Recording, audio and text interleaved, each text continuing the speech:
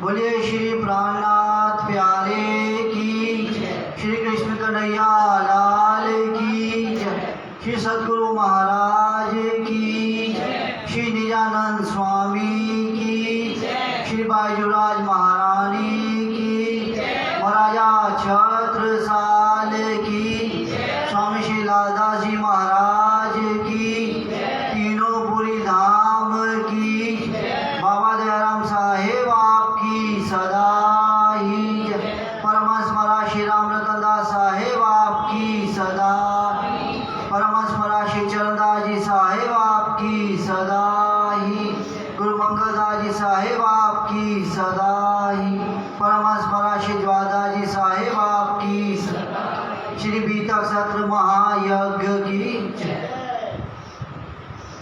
पूर्ण ब्रह्म अक्षातीत श्री राज श्यामा जी के श्री चरणारविंद में कोटि कोटि प्रणाम। श्री कृष्ण प्रणामी मंदिर हकीकत नगर दिल्ली में महामती श्री प्राणनाथ जी प्रणीत स्वामी श्री लालदास जी द्वारा कृत श्री बीतक साहिब चर्चा का माध्यम से हमारा मार्गदर्शन कर रहे, हमारे को प्रेरणा दे रहे परम विदुषी दीदी श्रीमती शारदा प्रणामी जी एवं इस मंदिर के पुजारी जी और समस्त सुंदर साज जी, आपके श्री चरणों में कोटि कोटि प्रणाम, कोटि कोटि नमन। श्री राज श्यामा जी की अपार मेहर से श्री बीतक साहिब चर्चा के माध्यम से हम अपने जीवन को तो धन धन बना ही रहे हैं। सर्वप्रथम मैं श्रीमती वर्षा प्रणामी जी से प्रार्थना करूंगा कि आप आएँ और चंदन तिलक कर परम विदुषी दीदी का अभिनंदन करें, स्वागत करें। श्रीमती अंजू गिलोत्रा जी आप भी आएँ और परम विदुषी दीदी का चंदन तिलक कर पुष्पमाला द्वारा अभिनंदन करें, स्वागत करें और आशीर्वाद लें। हम सभी सुंदर सागर जयकारा लगाकर स्वागत करेंगे।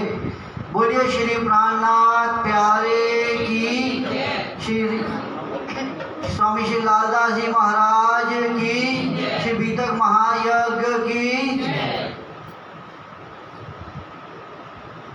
महामती श्री प्राणनाथ जी प्रणीत इतिहासमय रूप से अपने आप को पहचान करवाने के लिए हम सुंदर साथ पूर्ण ब्रह्म अक्षाती श्री राज श्यामा जी का आशीर्वाद पाकर अपने आप को तो धन धन मानते हैं।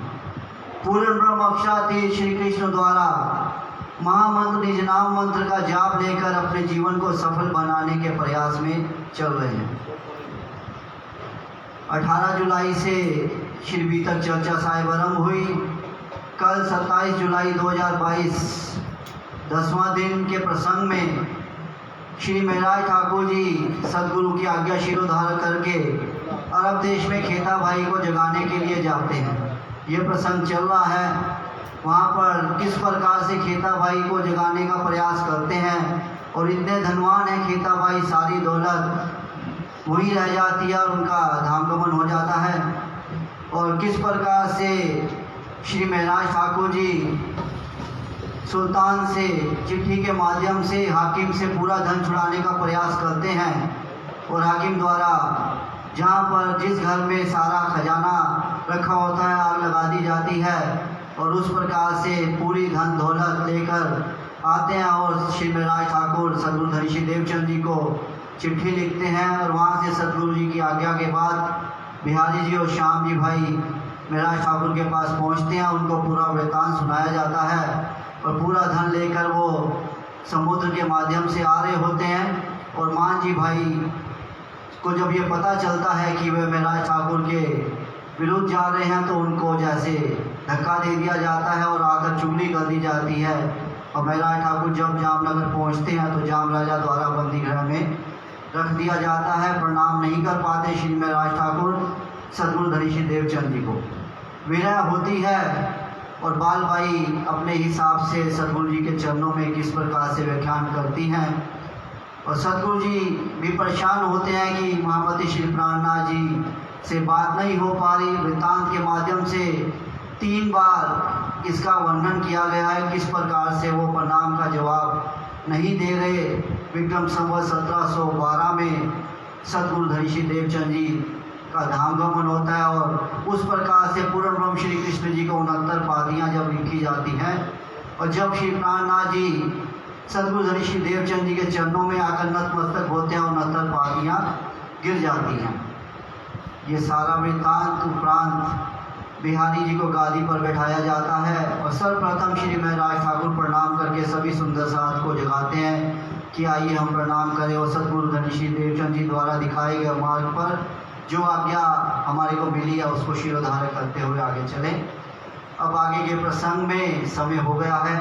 ये प्रसंग अगर हम परम विदुषी गुरुजनों के श्रीमुख से इतिहास रूपी अध्ययन करते हुए सुनते हैं तो बातें हमारे दिल की गहराइयों तक छू जाती हैं।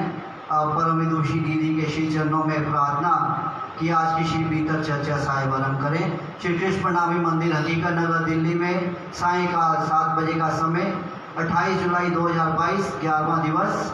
बोलिए श्री प्राणनाथ प्यारे की जय। और ऑनलाइन के माध्यम से जो भी सुंदर साथ जुड़े हैं, जो दिल्ली से बाहर हैं, उन सबका हार्दिक अभिनंदन, हार्दिक स्वागत। और जो दिल्ली में अगर ऑनलाइन के माध्यम से ये कार्यक्रम को सुन रहे हैं, देख रहे हैं, तो उनसे प्रार्थना प्रत्यक्ष रूप में आकर जो आनंद प्राप्त होता है वो आप एक बार आके देखेंगे। जो राज्य का नूर बरस रहा है, जो ये बीतकमयी चर्चा के माध्यम से हमको आशीर्वाद मिल रहा है। बोलिए श्री प्राणनाथ प्यारे की जय।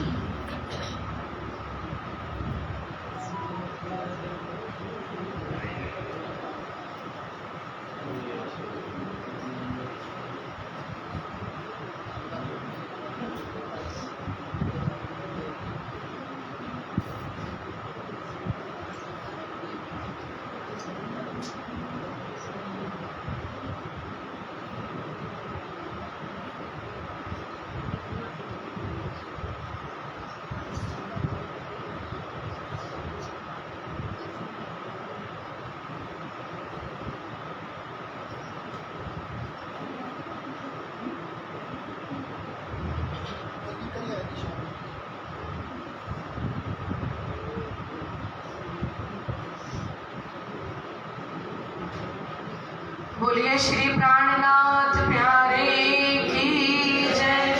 श्री कृष्ण कन्हैया लाल की जय। श्री सतगुरु महाराज की जय। श्री श्यामा महारानी की जय।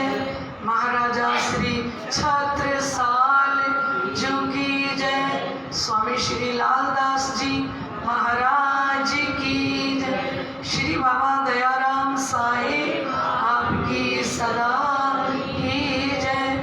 श्री महाराज श्री जबरदस साहिब आपकी सदा की जय। श्री वंदो सत्य गुरु चरण को करो सो प्रेम प्रणाम। आशु भरण मंगल करन धनी श्री देवचंद्र जी नाम। श्री प्राणनाथ निज मूलपति श्री मेहराज सुना। श्री तेज कुंवर श्यामा युगल को पल पल करूं प्रणाम। पल पल करूं प्रणाम। श्री प्राणनाथ तुम सत्य हो, तुमसे चलत जहाज। मैं आधीन करनी नहीं, बाहे ग्रह के लाज। जाए धनी धनवट करे, त्यारे पल मेरी ना हरे। वली गया काम सराड़े चढ़े, मन चित कारज सरे। मन चित कारज सरे। बोलिए श्री प्राणनाथ प्यारे की जय। लाडले सुंदर साथ जी, आइए अपनी सुरता को, अपनी चित्तवृत्ति को श्री 5 पद्मावतीपुरी धाम श्री बंगला जी दरबार में लेके चलते हैं। जहाँ अक्षरातीत धाम के धनी 11 वर्ष तक साक्षात लीला की, और जहाँ इस समय स्वामी श्री लालदास जी महाराज बीतक लिख रहे हैं, उनके श्री चरणों में प्रणाम करते हुए आइए अपना एक भाव रखते हैं धनी जी के चरणों में। बरसाए जा में हर पल पल पिया, पल पल पिया, बरसाए जा में हर पल पल पिया, पल पल पिया, बरसाए जा। क्यों किसी के दर पे जाए, हम हैं तुम्हारे, हम हैं तुम्हारे। क्यों किसी के दर पे जाए, हम हैं तुम्हारे, हम हैं तुम्हारे। जो नजर मिहर लुटाए, वो ही संभाले, वो ही संभाले। जो नजर मिहर लुटाए, वो ही संभाले, वो ही संभाले। क्यों किसी के दर पे जाए, हम हैं तुम्हारे, हम हैं तुम्हारे। जो नजर मिहर लुटाए, वो ही संभाले, वो ही संभाले। हक है जहाँ, हम हैं वहाँ, हक है जहाँ, हम हैं वहाँ। बरसाए जा में हर पल पल पिया, पल पल पिया, बरसाए जा।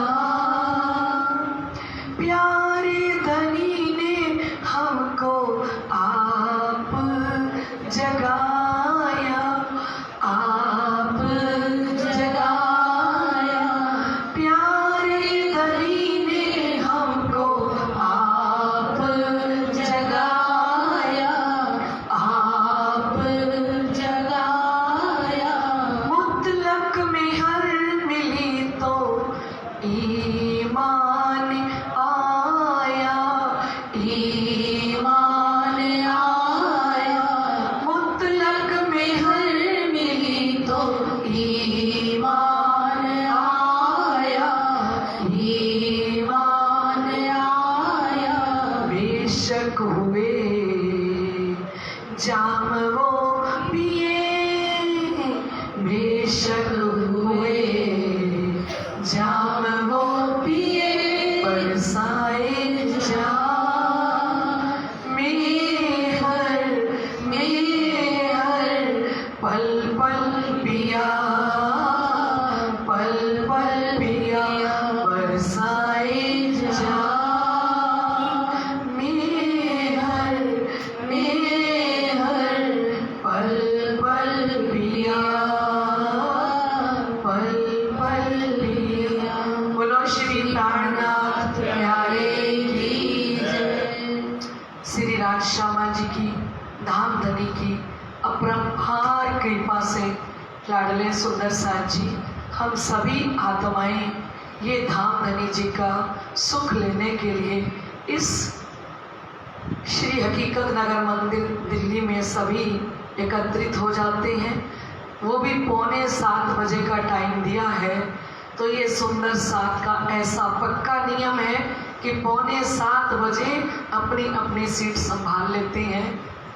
धाम धनी जी की ये कृपा, ये ऋण हम कभी चुका नहीं सकेंगे।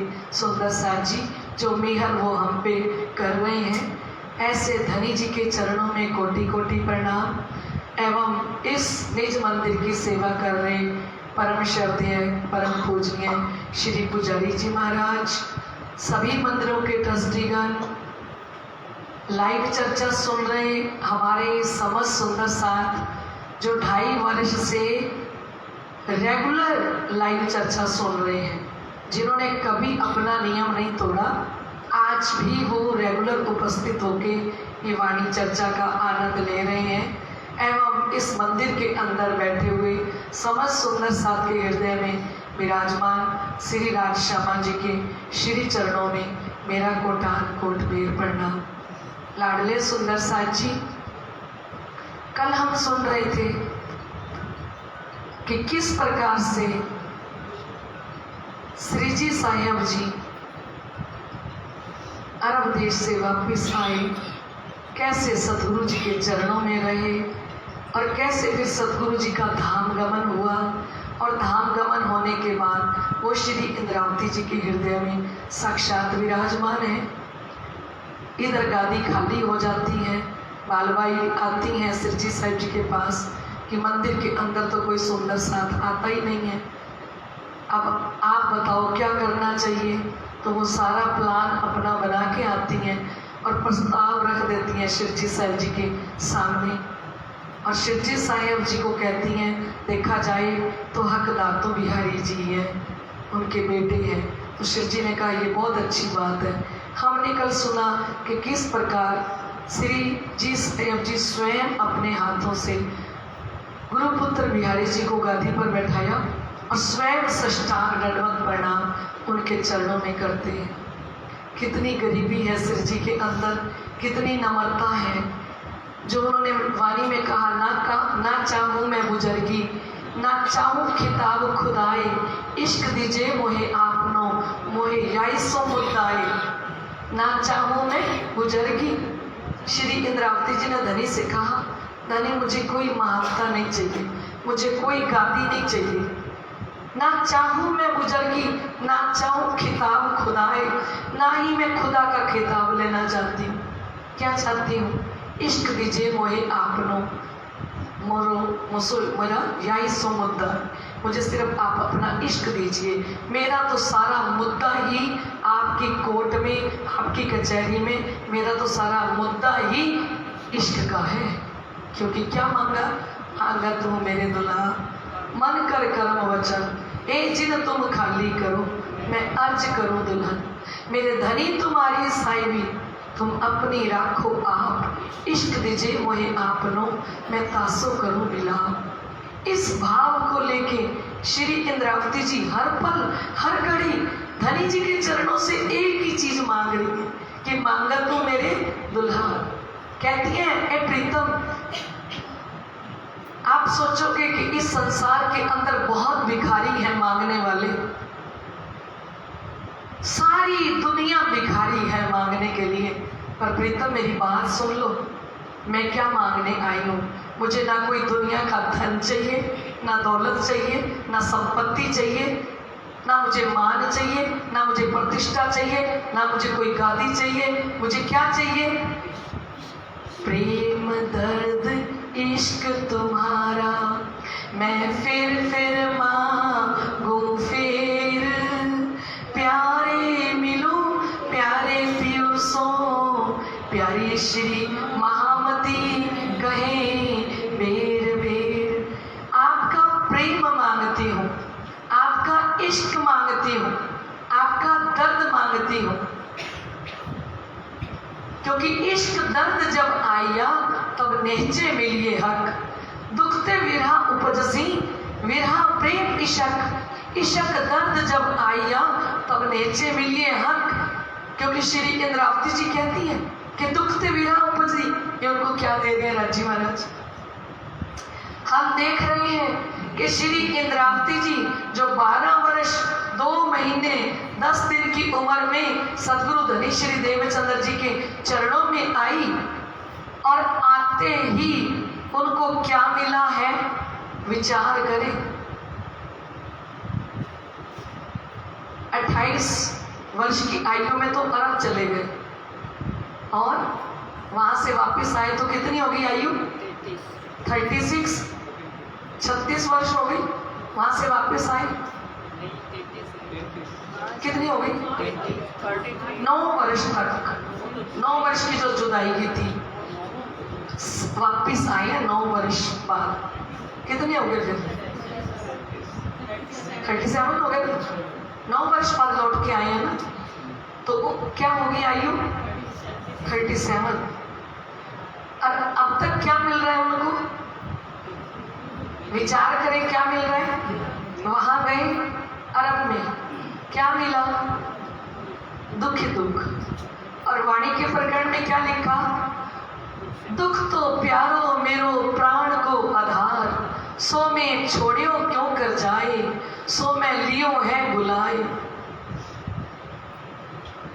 दुख का निभाओ तो कोई ना मिलिया, सुख का तो सब संसार। दुख तो प्यारो मेरो प्राण को आधार। क्या कहा श्री इंद्रावती जी ने? दुख तो मुझे प्राणों से भी प्यारा है। क्यों? क्योंकि दुख ते विरह उपजसी। जब दुख आता है तो हमारे पास विरह आता है, हम रोते हैं। और विरह प्रेम इशक, जब रोते हैं तो किसके सामने रोते हैं? कुछ ऐसी बातें होती हैं जो दुनिया को बताने की नहीं होती। घर में ऐसी बातें होती हैं जो किसी को बताई नहीं जाती। कुछ दिल का दर्द ऐसा होता है जो सिर्फ श्री राज जी को ही बताया जाता है ना। दुख ते विरह उपजसी। और अंदर ही अंदर जब दुख आता है तो दुख क्या देता है? दुख देवे दीवानगी, स्यालप देवे उड़ाए। दुख क्या करता है? दुख दीवाना बना देता है। दुख ते विरह उपजसी, विरह प्रेम इशक, इशक दर्द जब आया तब नेचे मिलिए हक। दुख से प्रेम प्रकट होगा। किसके चरणों में हम आएंगे? जब दुख आता है ना तो सबसे ज्यादा मंदिर में आते हैं, सबसे ज्यादा पाठ करते हैं। कभी विरह के प्रकरण करेंगे, कभी वाणी का पाठ रखेंगे, है ना। कभी बार बार धाम में जाएंगे, बाबा दयाराम धाम करनाल में जाएंगे, शेरपुर धाम में जाएंगे, बार बार मत्था टेकने के लिए जाएंगे। क्यों? क्योंकि अब प्यार किन के लिए प्रकट हुआ? धनी जी के लिए। श्री इंद्रावती जी ने कहा, मैं आंख देऊं तिन सुख को, जो आड़ी करद जाते धाम। मैं पिंड ना देखूं ब्रह्मांड, मेरे हृदय बसे श्री श्यामा श्याम। श्री इंद्रावती जी ने कहा, मैं तो उन सुखों को आग लगा दूं जो कोई मेरे और राजी श्यामा जी के बीच में आड़ा बने। मुझे क्या प्यारा है? मुझे तो दुख प्यारा है।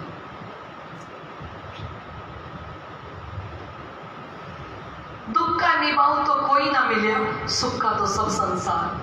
क्योंकि दुख में साथ देने वाला एक सदगुरु और प्रीतम होते हैं, और सुख में साथ देने वाले ये पूरे दुनिया वाले होते हैं। आज हमारा पति बन जाए, सारी दुनिया हमारे पीछे, और आज हमारे पास कुछ ना हो तो लोग गली बदल के निकल जाते हैं। प्रणाम करना भी अच्छा नहीं लगता। ये कब मिलते हैं? ये दुख की घड़ियों में मिलते हैं। देखा, रुक्का देने के लिए जा रहे थे, कितने परेशान थे। जब निकले, बगदाद में पहुंचे, कितने परेशान थे। कौन आए उस समय में उनकी रक्षा करने के लिए? स्वयं श्री राजी महाराज, पठान का रूप धारण करके। जैसे दर्शन दिया सतगुरु देवचंद्र जी को, पहला दर्शन, वैसा ही पहला दर्शन किसको मिल रहा है? श्री इंद्रावती जी को। एक जैसी लीला है दोनों की, दोनों स्वरूपों की। पहला दर्शन हुआ कहाँ? पहाड़ी इलाके में खड़े हैं और सोच रहे हैं, और हकीम ने सोचा था आज रात को इसको भी मरवा दूंगा तो कोई हकदार होगा ही नहीं पूरी संपत्ति का, मैं ही होऊंगा। तो राजी महाराज आ गए पठान का रूप धारण करके, है ना। जैसे सतगुरु देवचंद्र जी के लिए पठान बन के सिपाही के वेश में आए, ऐसे यहाँ भी आ गए। एक आरबी मिला, वो आरबी कौन थे? श्री राजी महाराज। क्योंकि श्री राजी महाराज ने कहा, मैं तुम्हारे सिर पे खड़ा हूं एक पाए, तेरे सिर पे हक इनविद खड़े, तू देखत ना हक तरफ, जो स्वाद लगे महबूब का, तो मुख से ना निकसे एक अरब। तेरे सिर पे राजी महाराज एक पैर पे खड़े हैं, देख तो सही। अगर श्री राजी महाराज श्री इंद्रावती जी को ना देख रहे होते और नजरों रूपी कैमरा सदगुरु देवचंद्र जी पर और श्री महराज जी पे नहीं होता, तो वो कैसे आते? इसका मतलब हर पल हर घड़ी श्री राजी महाराज किसको देख रही है? कैसे तुरंत पहुंच जाते अरब देश के अंदर? कैसे रुका लिख के देते? इसका मतलब पहले भी जितना कुछ बीता तब भी धनी देख रहे थे और उसके बाद अब भी धनी की नजर में है। तो श्री इंद्रावती जी कहती हैं कि देखो सुंदर साथ जी, मुझे दुख प्राणों से भी प्यारा है। और हमने देखा कि श्री महराज जी जिनको कुछ नहीं चाहिए, ना कोई गादी चाहिए, ना महानता चाहिए, ना बड़प्पन चाहिए, उनको क्या चाहिए? इश्क दीजिए वो ये आपनो, मैं तासो करूं मिला। हम सबका मुद्दा यही होना चाहिए। हम श्री राजी महाराज के चरणों में कुछ मांगे तो सिर्फ प्यार ही मांगे धनी का। और जब धनी का प्यार मांगते हैं तो खुद धनी प्यार देने के लिए हृदय में चले आते हैं। पर धाम धनी का पावना, बच्चों का नहीं खेल। ये दीन भिखारी जी महाराज लिखते हैं कि अगर कोई आत्मा धनी को पाना चाहती है ना, तो कहा केट बांधने जारे कीजिए उपाय त्यारे तम बस थासो। कोई सखी कमर बांध के आपको पाने का उपाय करे तो आप बस में हो सकते हो। श्री इंद्रावती जी ने कहा केड़ बांधती ने जारे कीजिए उपाय। किसने किया? सुंदरबाई जी ने कमर बांध के उपाय किया धनी को पाने का। 40 वर्ष की उम्र में मिले ना। अब श्री इंद्रावती जी कमर बांध के धनी के लिए कुर्बान है। धन तन मन सब कुर्बान कर दिया। किसके लिए? और कुछ नहीं मांग रही है धनी से। क्या चाहत है? सिर्फ धनी को पाने की चाहत है। सुंदर साथ जी विचार कीजिए। और उनको गादी पर बैठा के अब मन में आता है कि चर्चा की अर्चा भी कर रही है। 1 बजे उठ जाते हैं। 1 बजे के उठे हुए फिर कहाँ जाते हैं? पहले अपना ध्यान स्नान ध्यान सब करके बिहारी जी की चर्चा सुनते हैं। फिर राज दरबार में ईमानदारी के साथ समय दे रहे हैं। और वहां से आके शाम को 4:30 बजे आते हैं। सुंदर साथ को वाणी चर्चा सुनाते हैं। वाणी चर्चा सुनाते हैं तो सुंदर साथ को उनसे वाणी चर्चा सुन के बड़ा आनंद आता है। बिहारी जी चर्चा करते हैं, सुंदर साथ को आनंद नहीं आता। पर जब सिरजी साहब जी चर्चा करते हैं तो बड़ा आनंद आता है। पता क्यों? क्योंकि दर्दी दर्दा जानी जाहिरी जाने वेश। सुनाने वाले के हृदय में दर्द होगा ना, तो सुनने वाले के अंदर भी इश्क और दर्द पैदा होगा। उस सुनाने वाली आत्म कितने दर्द के अंदर भीगी हुई है। वो जब भी बात करते हैं धनी की तो उनकी आंखों से जलधार बहता है। और अब सुंदर साथ को उन्होंने कहा कि मैं सुंदर साथ को चर्चा तो सुनाए जा रहा हूँ, पर इस खेल के अंदर लाभ लेने का तो यही वक्त है ना। मैं सेवा करूं। किनकी सेवा करूं? सुंदर साथ की सेवा करूं। मैं सतगुरु जी का मेला करूं। मैं भंडारा करूं, हैं? क्योंकि ये समय हमें दोबारा मिलने वाला नहीं है। खुद कहते हैं तुम प्रेम सेवा से पाओगे पार। ना कछु सेवा समान जो दिल सरगुल करे पहचान। प्रेम और सेवा से ही परम धाम का दरवाजा खुलेगा। सुंदर साथ जी, अगर हमने प्रेम से सेवा नहीं करी तो धनी कैसे प्रसन्न होंगे? अब वो सेवा का भाव मन में लिया और लाभ ले माया मीने धाम में बातें हो में। तब क्या मन में लिया था कि माया के अंदर बैठ के लाभ लूं। रास ग्रंथ में कहते हैं जानियो लाभ माया नो लेसो, निद्रा ने वासो देसो, धनी ने चरणे रेसो, माया कैसे थे सर्वे सेसो। मैं मेला क्यों कर रही थी? जानियो लाभ माया नो लेसो। तो माया के अंदर बैठ के लाभ लेना चाहती थी। जानियो लाभ माया नो लेसो, निद्रा ने वासो देसो। निद्रा तो उनको हटा ही दूंगी, सोना तो है ही नहीं। माया कैसे थे सर्वे सहसो। ये माया वाले मुझे कुछ भी कहें भंडारा करने के लिए सब सहन करूंगी। धनी ने चरणे रसूं, अब तो धनी के चरणों में रहूंगी। इसलिए क्या सोचा, भंडारा करने के लिए, है ना। आइए वितक को आगे बढ़ाते हैं। ए अजमाई साथ की करत हक सुभान, मोमिनों की माया मिने होते हैं पहचान। ऐसा जान के दिल में सेवा लगे करने, रखा अपने पास ही जान धाम सगाई अपने। ऐसा मन में विचार किया। क्या विचार किया कि इस माया के अंदर लाभ लेना का समय अब है, और मैं पूर्ण लाभ लेके जगू परम धाम के अंदर। किसने कहा, सुंदर साथ जी, श्री इंद्रावती जी की आत्मा। और ऐसा जान के दिल में सेवा लगे करने, ऐसा समझ के, और अब सेवा में हाजिर है। अब उनका राज दरबार में जाना भी सेवा है। ध्यान से सुनना बात। वो नौकरी किसके लिए कर रहे हैं, परिवार का पालन करने के लिए नहीं ना। क्यों सने बहन जी, सुंदर साथ की सेवा के लिए। अब 1 बजे उठ रहे हैं तो ये इतनी मेहनत किसके लिए कर रहे हैं, सुंदर साथ के लिए। क्यों कर रहे हैं, क्योंकि सुंदर साथ सारे बिखर गए हैं। धनी देवचंद्र जी धाम गए, सारे सुंदर साथ बिखर गए। इन्होंने कहा कि मैं सदगुरु की स्मृति में एक मेला करूं, और मेला करके मैं सबको बुलाऊं, और अब सब आएंगे, मेला होगा तो मेले के अंदर कितना खर्च होता है। और उनकी इच्छा है कि जो मेले में खर्च हो, हम तो सबसे लेते हैं भाई जब मेला करते हैं, लेकिन श्री महाराज जी की क्या इच्छा है कि जब मेला हो, वो मेले के अंदर सारा धन पैसा मेरा लगे, और वो मैं नेक कमाई करके लगाऊं, ईमानदारी के साथ मैं राज दरबार में भी जाऊं, मेरे धनी के चरण भी मुझसे ना छूटे। यहाँ की सेवा भी नहीं छोड़ना चाहते, चर्चा सुनाने की भी, वो भी शाम को 4:30 बजे आके चर्चा सुनाना चाहते हैं, और उधर भी पूरा टाइम देके राज दरबार के अंदर।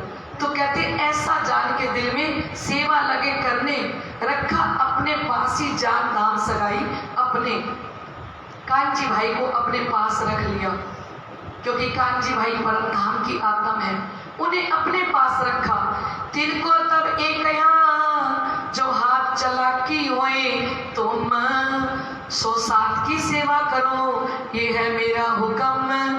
कांची भाई को कहा, पास बैठाया, कांची भाई को पास बैठा के समझाने लगे कि कांची भाई, सदगुरु जी का मेला करना है और बहुत बड़ा उत्सव करना है, और एक बात याद रखना, मैं आपको ये मेले की सेवा सौंप रहा हूं ना, तो मेले की सेवा करते हुए दिल खुले के साथ सेवा करनी है। दिल खोल के हमने सुंदर साथ के लिए और सदगुरु के लिए खर्च करना है ना।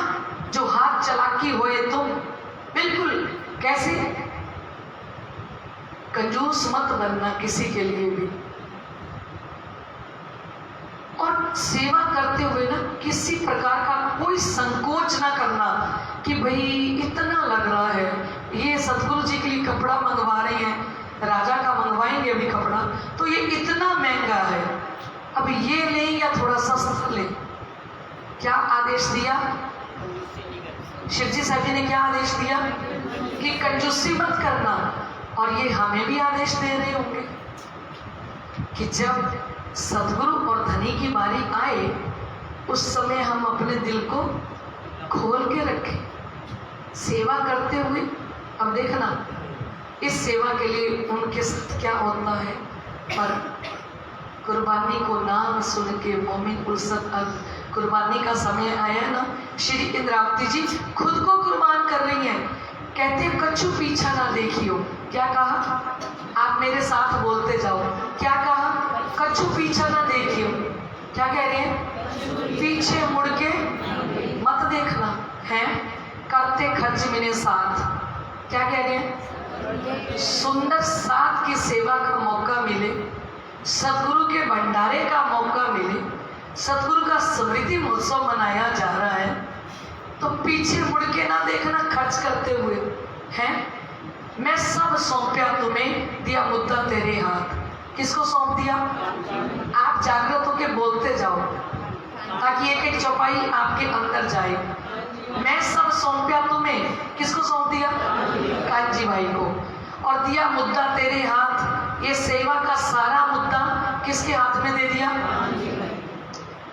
बिहारी जी को भुक्षत रुच के दियो बनाए। क्या कहा? गुरुपुत्र बिहारी जी के लिए बड़ी रुचि के साथ आभूषण बनाना, उनके लिए, उनके गले में पहनने के लिए चैन, उनके लिए अंगूठियां, उनके लिए जो भी चीज बनाना ना, बहुत दिल से बनवाना। वस्त्र करो ऊंचे, प्रेम प्रीत दिल ले आए। और सदगुरु जी के जब वस्त्र लेने के लिए जाना ना, जो सबसे महंगा कपड़ा हो ना, जो राजा साहब पहनते हो, जो हमारे जामनगर के राजा पहनते हैं ना, वो राजा जैसा कपड़ा किसके लिए चाहिए? हमारे गुरुपुत्र बिहारी जी के लिए। तो कहते एक तो कहना साथ में और दूसरा पाया हुक्म। एक तो सुंदर साथ की सेवा और दूसरा शिवजी साहब जी का हुक्म। सो सेवा करने लगा जो सुख पावे आत्म। अब वो इस तरह से कांजी भाई सेवा करने लगे कि शिवजी साहब जी मेरे पे प्रसन्न हो जाए, क्योंकि पैसा सारा कौन दे रहे हैं? शिवजी साहब जी। कांजी भाई पैसे वाले नहीं है, वो गरीब है, लेकिन शिवजी ने कहा पैसा मैं कमा के दूंगा सारा का सारा। ठीक है, तुम्हें तो क्या करना है? तुम्हें दिल खोल के सदगुरु धनी देवचंद्र जी के सुपुत्र हैं गुरुपुत्र बिहारी जी, उनके लिए सबसे बढ़िया वस्त्र, उनके लिए आभूषण, उनके लिए सब कुछ, और नाग जी के हथियार और वस्त्र भूषण, और उनके साले हैं नाग जी, उनके लिए भी हथियार बनवा देना और उनके लिए भी वस्त्र आभूषण बनवा देना। और ये सेवा साथ की उस वक्त करी मोमिन, ये सेवा सुंदर साथ की किसने करी? श्री मेहराज जी ने करी। मोमिन कौन है? उस वक्त करी मोमिन। उस वक्त में ये खास ब्रह्म सृष्टि श्री इंद्रावती जी की आत्मा और साथ के वास्ते किया बुलावने का इलाज। और क्या कहा कान जी को कि सारे सुंदर साथ को पत्र लिखो कि हमारे यहाँ सदगुरु जी का भंडारा हो रहा है और आप सदगुरु जी के भंडारे में सभी पधारिए।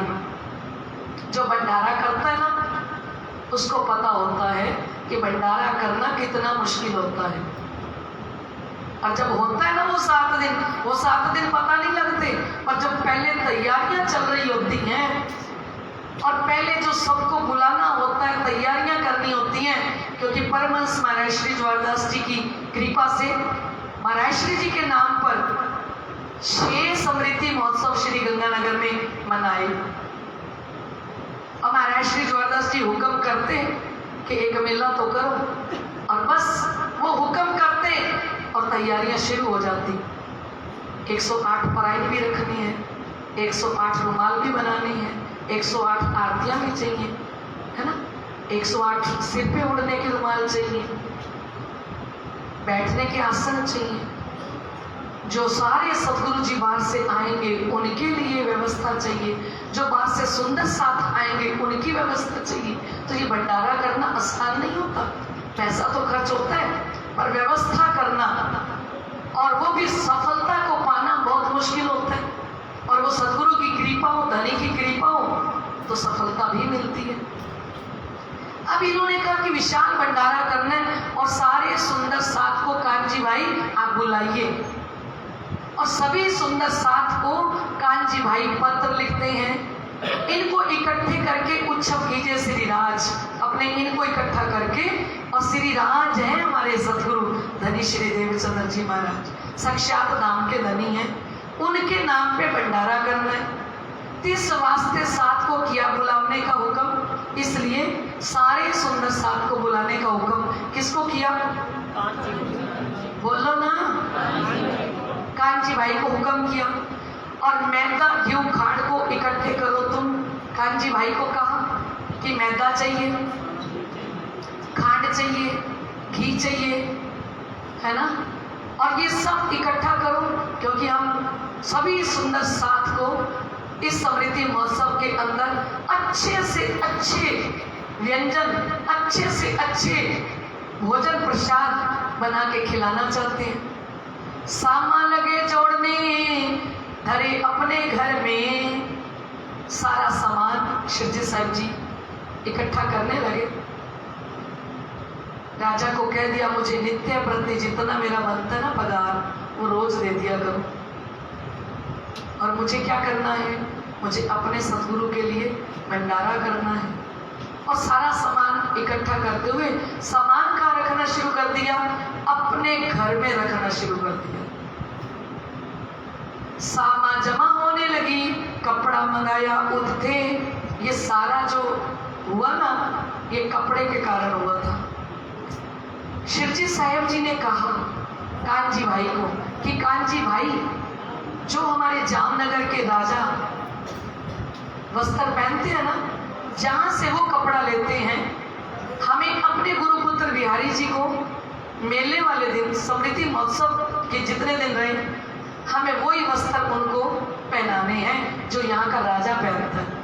अब यहाँ का राजा जो पहनता है तो वो तो वहीं से मिलेगा ना जहाँ से राजा साहब का कपड़ा आता है। उन्होंने कपड़ा वहीं से मंगवाया और कानजी भाई खुशी खुशी में क्या करने आए, इन बात की चुगली वजीर आगे गई। क्या किया, कानजी भाई पसंद करवाने आ गए बिहारी जी को। ध्यान से सुनते जाना, बहुत दर्द भरी बात है, आपका ध्यान कहीं नहीं जाना चाहिए, कहीं भी नहीं। एक एक शब्द को दिल से सुनो तब दिल में उतरेगा। कानजी भाई गए हैं बिहारी जी के पास उनको कपड़ा पसंद करवाने के लिए। गुरुपुत्र बिहारी जी को पता ही नहीं था कि श्री महाराज क्या कर रहे हैं, और उन्होंने जाके कानजी भाई ने बताया कि वो अपने सतगुरु का समृद्धि महोत्सव मनाना चाहते हैं, मेला करना चाहते हैं, भंडारा करना चाहते हैं, इसलिए आपके लिए जैसा राजा कपड़ा पहनते हैं ना, राज दरबार से ही आपके लिए कपड़ा मंगवाया है। आपको कैसा लगा? बिहारी जी को लगा कि अगर ये उत्सव करेगा और बाहर से सारे सुंदर साथ को जब बुलाएगा, पहले ही सारे सुंदर साथ इन्हीं की चर्चा सुनना चाहते हैं, इन्हीं से ही प्यार करते हैं, और अब इन्होंने अगर भंडारा कर दिया तो ये तो और महान बन जाएंगे सुंदर साथ की नजरों में। पहले ही सतगुरु देवचंद्र जी महाराज बातुन्नी गादी तो इन्हीं को देखे गए हैं, है ना। मैं तो एक चाकला मंदिर में बैठा हूं, तो अगर इन्होंने भंडारा कर लिया तो सारा सुंदर साथ इन्हीं को मानने लगेगा, इन्हीं पे वारी वारी जाएंगे, क्योंकि भंडारा करेंगे तो ये फिर चर्चा भी करेंगे, सबको इकट्ठा करेंगे तो वाणी चर्चा भी खुद सुनाएंगे, और जब सुंदर सतवाणी चर्चा सुनेंगे जगेंगे तो किन पे कुर्बान होंगे, इन्हीं पे कुर्बान होंगे। तो इस समय में बिहारी जी ने इन बात की चुगली वजीर आगे गई। गुरुपुत्र बिहारी जी ने क्या किया, एक नंदराम मोदी था, उनको पता था शिव जी को कि नंदराम मोदी और श्री महाराज जी की इनकी आपस में नहीं बनती, क्योंकि शिवजी साहिब जी जब दीवान के पद पे थे तो वो कहते थे भी टैक्स चुकाना सबका कर्तव्य है, और वो टैक्स के लिए जब कहते थे तो उनसे भरा नहीं जाता था नंदराम मोदी से, और उस कारण उनकी आपस में दुश्मनी चल रही थी। और ये बात गुरुपुत्र बिहारी जी को पता थी कि इसकी और नंदराम मोदी की नहीं बनती, तो नंदराम मोदी को आगे कर लिया बिहारी जी ने। क्या कहा उनको कि ये देखो, ये तो आज कपड़ा राज दरबार से आया, और ये है ना जो महाराज जी, ये तो राज दरबार से चोरी करने लगे। विश्वास ना हो तो जाके देख लो उनके घर में। नंदराम मोदी को तो मौका चाहिए था, दुश्मनी का बदला लेना था उसको, और कहते इन बात की चुगली वजीर आगे गई, उनने कछु न विचारिया, बात दिल में लई। इन लोगों के पास विचार करने का कब टाइम होता है, उसने कुछ सोचा ही नहीं, और ये बात सुनते ही उसने अमल किया इस बात पे। ये तो कारज कारण है धनी को करने, तिस वास्ते माया का हुआ धक्का इन समय। ये तो कारज कारण की बात थी, और वजीर ने उसी समय शिवजी साहेब जी के घर की कुर्की करवा दी। पूछा शिवजी साहेब जी से, श्री महाराज जी से, कि महाराज क्या ये सच है कि तुम सारा राज दरबार का माल अपने घर में इकट्ठा कर रहे हो? कपड़ा तो उनके पास था, वो थान तो था ही से, वो एक सबूत था उनके पास कि ये कहाँ से आया। अगर ये वहां से आया है तो तुमने जो सामान इकट्ठा किया वो सारा कहाँ से आया? और वो नंदराम मोदी जो दुश्मन है शिव जी, अंदर बाहर से नहीं दिखाते ये लोग, राजनेता कभी बाहर से नहीं दिखाते कि हमारी आपस में क्या चल रही है, लेकिन अंदर से दुश्मनी थी। और गुरुपुत्र बिहारी जी को चाबी देके जाते थे श्री महाराज जी उस गोदाम की, कि ये चाबी रखो, इसमें सारा अपना। अब चाबी उनके पास थी, उन्होंने कानजी भाई ने चाबी दे दी उनको। कहाँ रखा है सामान? बोले कि ये चाबी है। कानजी भाई ने चाबी भी दे दी।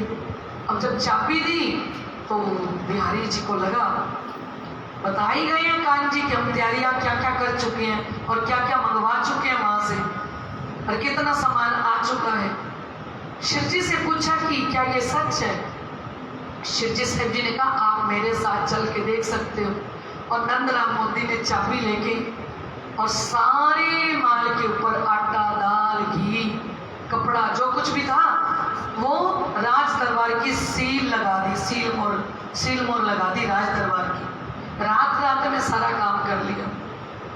और जैसे ही काम करते हैं तो कहते ए तो कारज कारण है धनी को करने, तिस वास्ते माया का हुआ धक्का इन समय।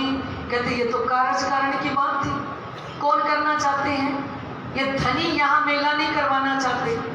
धनी कहते हैं ये मेला तो होगा श्री 5 पद्मावतीपुरी धाम में, अभी समय नहीं आया मेले का। और श्री इंद्रावती जी अभी मेला करना चाहती हैं, सबको इकट्ठा करना चाहती हैं। तो कहते ये सारा काम किसने किया? नंदराम मोदी ने। श्री जी ने मेले दी तैयारी जदों की तीसी, श्री जी ने मेले दी तैयारी जदों की तीसी, श्री जी ने मेले दी तैयारी जदों की तीसी। पिया जी ने हुक्म ने मंजूर नहीं हो की तीसी, पिया जी ने सभी बोलिए मंजूर नहीं, पंजाबी है। श्री जी ने मेले दी तैयारी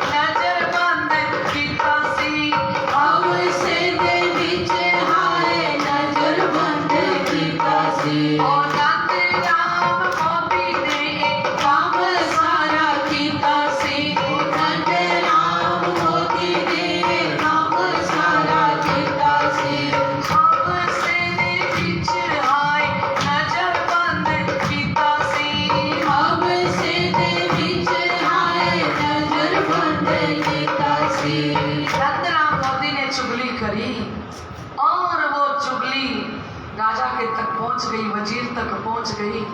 कहते तब वजीर ने लेके बैठाए अपने घर। हम सब ने हफ्सा देखा है श्री 5 नवतनपुरी धाम में। किसने नहीं देखा हुआ? हाथ खड़े करना। आपने नहीं देखा हुआ? श्री 5 नवतनपुरी धाम के अंदर आज भी वो हफ्सा जो का त्यों खड़ा है सुंदर साक्षी। जरूर जाना दर्शन करने के लिए, अगर अब तक दर्शन नहीं किया। उस हफ्से के अंदर वजीर ने बैठा दिया। सामालई सरकार में हुआ जोरा इन ऊपर घर की कुर्की कर दी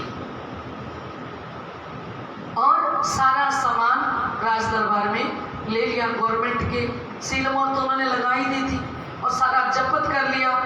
संवत 1714 से भाई कुतुब खान की मुहिम जब वजीर गए दिन पर खड़बड़ पड़ी इनको।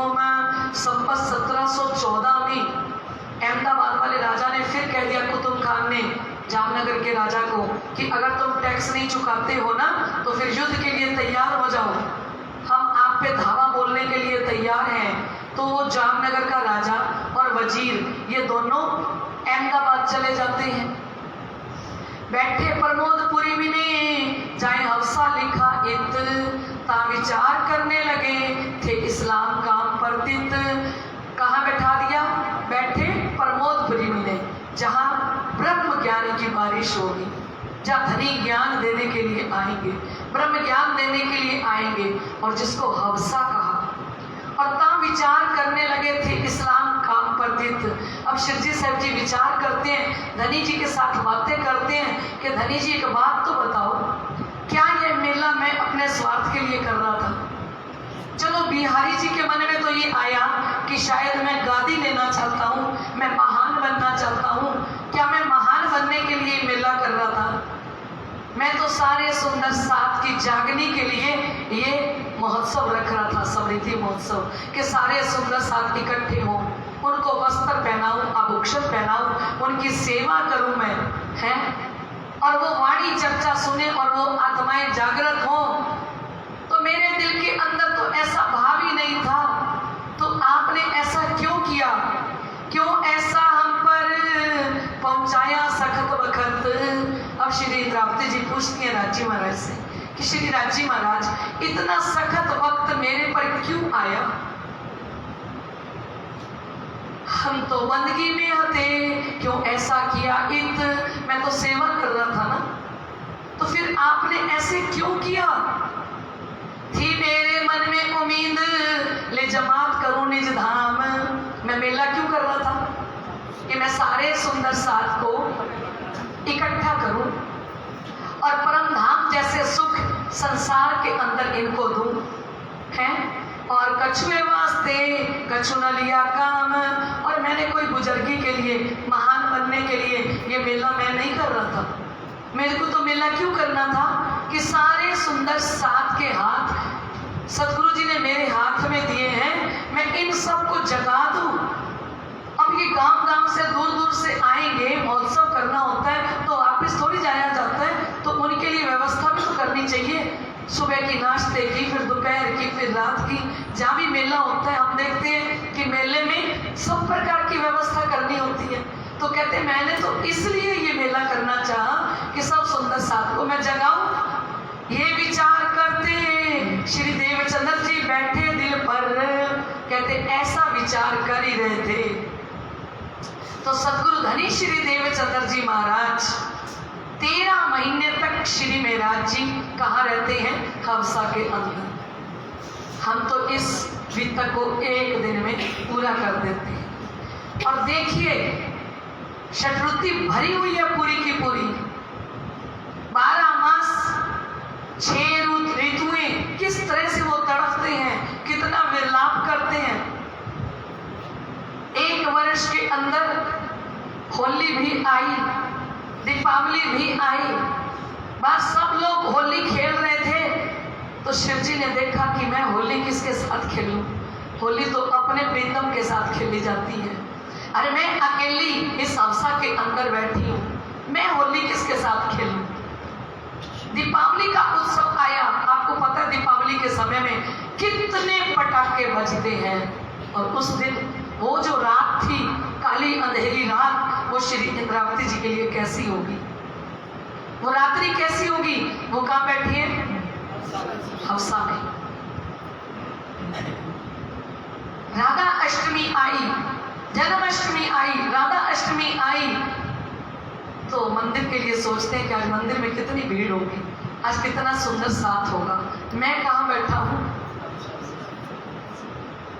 रात दिन रोए, और रात दिन रोते रोते कहते हैं सनमंद मूली को मैं तो पाँव पल छोड़ो न जाए, सनमंद मूली को मैं तो पाँव पल छोड़ो न जाए, अब छल बल मोहे क्या करे, मोह आदत थे दियो उड़ाए, सनमंद मूली को मैं तो पाँव पल छोड़ो न जाए, सनमंद मूली को मैं तो पाँव पल छोड़ो न। जब आंसू की आग की और श्वास भी छोड़ो संग, जब आंसू की आग की और श्वास भी छोड़ो संग। श्री मेराज जी के प्राण निकल गए थे हफ्ते के अंदर सुंदर साज। जब आंसू की अंग की और श्वास भी छोड़ो संग, श्वास भी निकल गए, आखिरी सांस आते आते सांस सूख गई, निकल गई। जब आंसू की अंग की और श्वास भी छोड़ो संग, तब तुम पर्दा टाल के दियो अपनो अंग, तब तुम पर्दा डाल के दियो अपनो अंग, सनमंद मूली को मैं तो पाँव पर छोड़ो न जाए। जब आंसू की अंग की और श्वास भी छोड़ो संग, तब तुम पर्दा टाल के दियो मोय अपनो अंग, तब आपने मेरे ऊपर से पर्दा हटाया और मेरे सामने आए। कब आए? ये विचार करते श्री देवचंद्र जी बैठे दिल पर ऐसा विचार कर ही रहे थे। 13 महीने कितना रोए और एकांत करके दिल हुआ विचार पर, और एकांत के अंदर विचार कर रहे हैं, लगे चर्चा करने वर्णन वाणी स्वरूप। अब यहाँ क्या होता है, जैसे ही एकांत में हैं और इतना रो रहे हैं, प्राण निकल गए हैं, तब सदगुरु धनी श्री देवचंद्र जी महाराज सामने आके खड़े हो गए। हवसा के अंदर साक्षात दर्शन देते हैं। उस काल कोठड़ी के अंदर ऐसा लगा कि मानो कितनी लाइटें, कितना प्रकाश एकदम हो गया। कहाँ पे? हवसा के अंदर। और पहले सदगुरु धनी श्री देवचंद्र जी महाराज के स्वरूप में दर्शन हुए, और फिर श्री श्यामा जी महारानी छन छन करती और हवसा के अंदर प्रकट हो गई।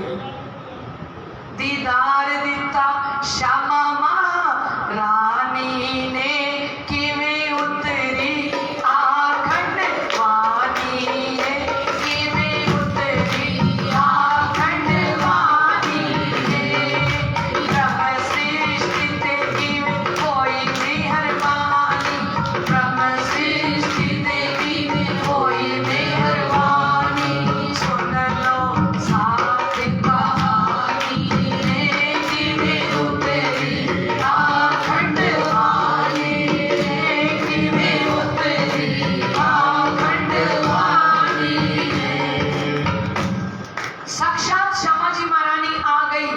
क्या कहते हैं, श्री ठाकुरानी जी का श्रृंगार पहले हुआ वर्णन। सबसे पहले रास ग्रंथ के अंदर हम श्री ठाकुरानी जी का श्रृंगार देखते हैं। सबसे पहले प्रकरण कौन सा उतरा हंसा के अंदर, अखंड स्वरूपनी अस्थिर आकारे शोभा कहूं घड़ी वर्णवी जे, जेम जेम वचन काई ऊंचा आवे ना आवे वाणी माते।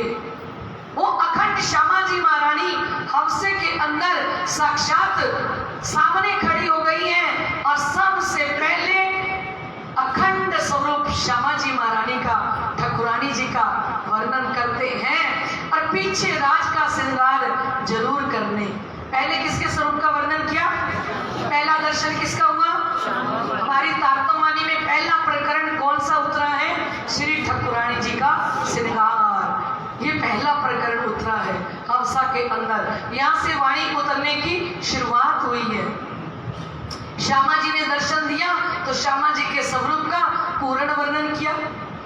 बाद विच पिया जी ते साथ दा दीदार होया, बाद विच पिया जी ते साथ दा दीदार होया, बाद विच पिया जी ते साथ दा दीदार होया, बाद विच पिया जी ते साथ दा दीदार होया। रास्ते प्रकाश घट रुति दा विस्तार होया, रास्ते प्रकाश घट रुति दा विस्तार होया। बाद विच पिया जी ते साथ दा दीदार होया, बाद विच पिया जी ते साथ दा दीदार होया। रास्ते प्रकाश घट रुति दा विस्तार होया, रास्ते प्रकाश घट रुति दा विस्तार होया। कलश दा बीज फिर शुरू इत्थे होया सी, कलश दा बीज फिर शुरू इत्थे होया सी, ओ कलश दा बीज फिर शुरू इत्थे होया सी, कलश दा बीज फिर शुरू इत्थे होया सी। उत्तम भाई ने लिख आनी है, किवें उतरी आखंड वाणी है, किवें उतरी आखंड वाणी है। ब्रह्म सृष्टि ते किवें होई मेहरबानी, ब्रह्म सृष्टि ते किवें होई मेहरबानी। सुन लो साथ कहानी है, किवें उतरी आखंड वाणी है, किवें उतरी आखंड वाणी है। कहते तब साथ का श्रृंगार किया चाहिए इत। फिर श्री राजी महाराज का श्रृंगार का वर्णन हुआ, जो श्रृंगार ग्रंथ के अंदर, रास ग्रंथ के अंदर श्री राजी महाराज का श्रृंगार है। पहले ठाकुरानी जी का, फिर श्री राजी का और फिर सुंदर साथ के श्रृंगार का। ताको वर्णन करते दिल खुला बखत, वर्णन करते करते हृदय के कपाट खुल गए, क्योंकि श्यामा जी आई, फिर श्री राजी महाराज भी आ गए सामने और समझ सुंदर साथ का मूल मिलावे का भी देखा, किस तरह से सुंदर साथ ब्रह्म आत्माएं अपने घर के अंदर है। कछु रास की रामते साथ की भी करूं रोशन, और कुछ रास की रामते कि ब्रह्म आत्माओं ने कैसे रास खेली, क्योंकि हंसा के अंदर क्या होता है, ये रास की रामते होने लग जाती हैं। अब ये खाली उतर नहीं रही, ये रास की रामते उतरी है ना, तो वहां हंसा के अंदर महारास होने लग गया। यही सेवा साथ की सुन सुख पावे संयन। श्री राजी महाराज ने कहा, ए इंद्रावती जी, ये सुंदर साथ की सेवा करो, जिससे सुंदर साथ को आनंद मिलेगा।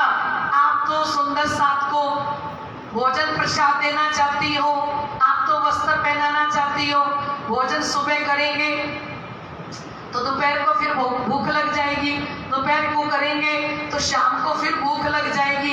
ए श्री इंद्रावती की आतन, मैं आपको कुछ और सेवा देना चाहता हूं। किसने कहा? श्री राजी महाराज ने।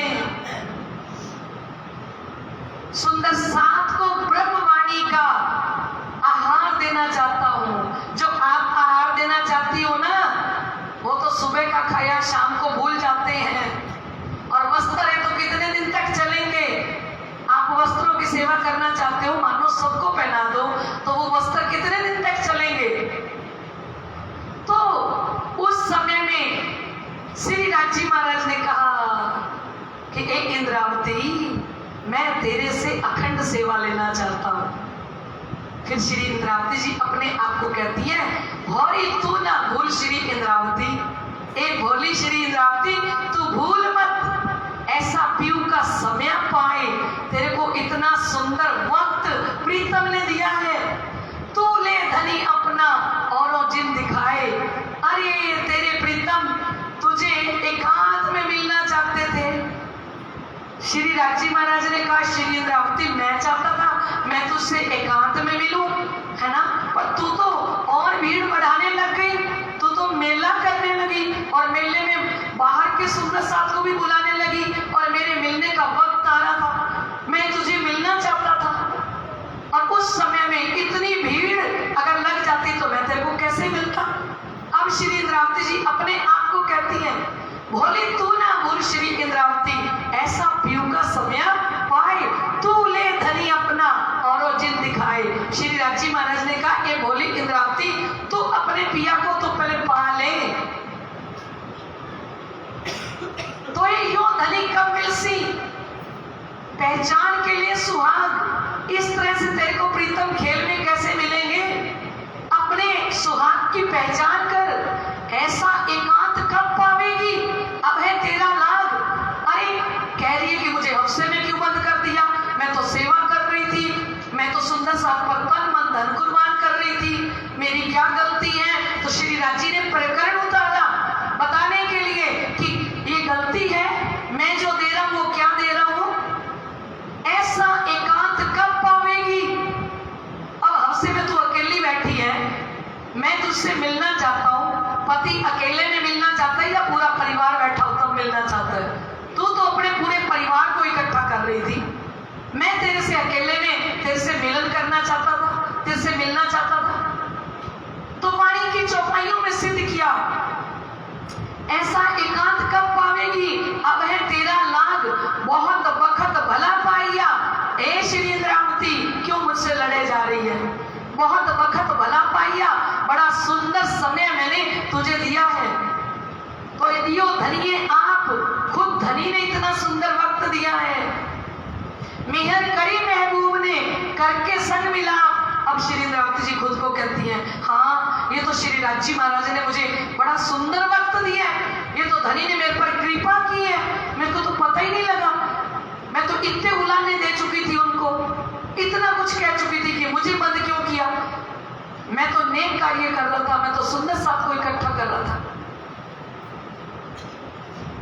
तो यो धनी कब मिलसी, पहचान के लिए स्वाग, ऐसा एकांत कब पावेगी, अब है तेरा लाग, बहुत वक्त भला पाइया, धनिये दियो तुझे आप, मेहर करी महबूब ने करके संग मिलाप। कृपा करी है, महबूब आए हैं मिलने के लिए। अब क्या कर, आंखा खोल के ढांपिए जिन चुके एती भेर। अब क्या हुक्म दिया राजी ने, आंखा खोल के ढांपिए, हमारी जो पलक झपकती है ना, इतनी देर भी समय खराब मत करना। क्या ये खाली श्री इंद्रावती जी को कहा है? हाँ जी सुंदर साथ जी बोलिए ना। ये चौपाई खाली श्री इंद्रावती जी के लिए उतरी है धनी को। आंखा खोल के ढांपिए जिन चुके एती बेर, आंखें खोल के मतलब पलक भी ना झपकाना, इतनी देर भी किसी से बातें करते हुए खराब मत कर लेना, कहीं हंसी में, कहीं मजाक में, कहीं इंजॉय करते हुए, कहीं टीवी सीरियल देखते हुए। यहाँ के हमें भी तो कह रहे हैं, उस समय तो थे ही नहीं टीवी सीरियल, हमें कह रहे हैं आज, वो तो जाग गए, उनको थोड़ी कह रहे हैं। ये चौपाइयां किसके लिए हैं? आंखा खोल के ढांपिए जिन चुके एती बेर, रात दिन तेरे राज का सूत काट तू सवा शेर। रात दिन अपने प्रीतम का, अपने धनी का सूत काट, उनसे प्रेम कर, नेह कर तू नैनों से, चश्मे से कताए, इन नेत्रों से धनी से प्यार कर। नेह कर तू नैनों से चश्मे से कताए, काटते हुए बारीक सूत काटना, इतनी चितवृत्ति तेरी लग जाए धनी के चरणों में। मिही सीत सूत ले उजला, आओ आंखें कर पाए, महीन सूत काटना, बिल्कुल महीन, यानी सुरता धनी के चरणों में जुड़ जाए तो तोड़ने से भी टूटे ना, ऐसी सुरता को लगाना धनी के चरणों में। भला कात्या इन सूत को, भला सो पाया वक्त, कहते भला टाइम था, सूत काट लिया, भला वक्त है, ये टाइम मिला जो हमको, भले सो भागी नींदड़ी, भला हुआ कि नींद टाइम से भाग गई, भले मिले धनी मोय इत, धनी बिना ए नींदड़ी, टाल न सके कोई, वार डालो दे जीव सो, कहते धनी के बिना हमारा ये फरामोशी का पर्दा कोई नहीं हटा सकता, धनी बिना ए नींदड़ी, टाल न सके कोई, वार डालो दे जीव सो, मैं अपने जीव को, अपनी देही को कुर्बान कर दूं। और फिर इसमें कह दिया, सही रे मेरी बाई रतन, मोहे मिले छबीले लाल, अब मैं भई सुहागनी, अब मैं भई निहाल। वहां रतन बाई को संबोधन कर दिया वाणी के अंदर कि ए रतन बाई, सही रे मेरा प्यू ले बैठी, कोई और ना देखन हार, अब ले प्यू अपना तो तू कहियो सुहागिन नार। सही रे मेरा प्यू ले बैठी, तू क्या समझती है कि गादी पर बैठ गई तो तू मेरे धनी देवचंद्र जी को मेरे हृदय से ले लिया?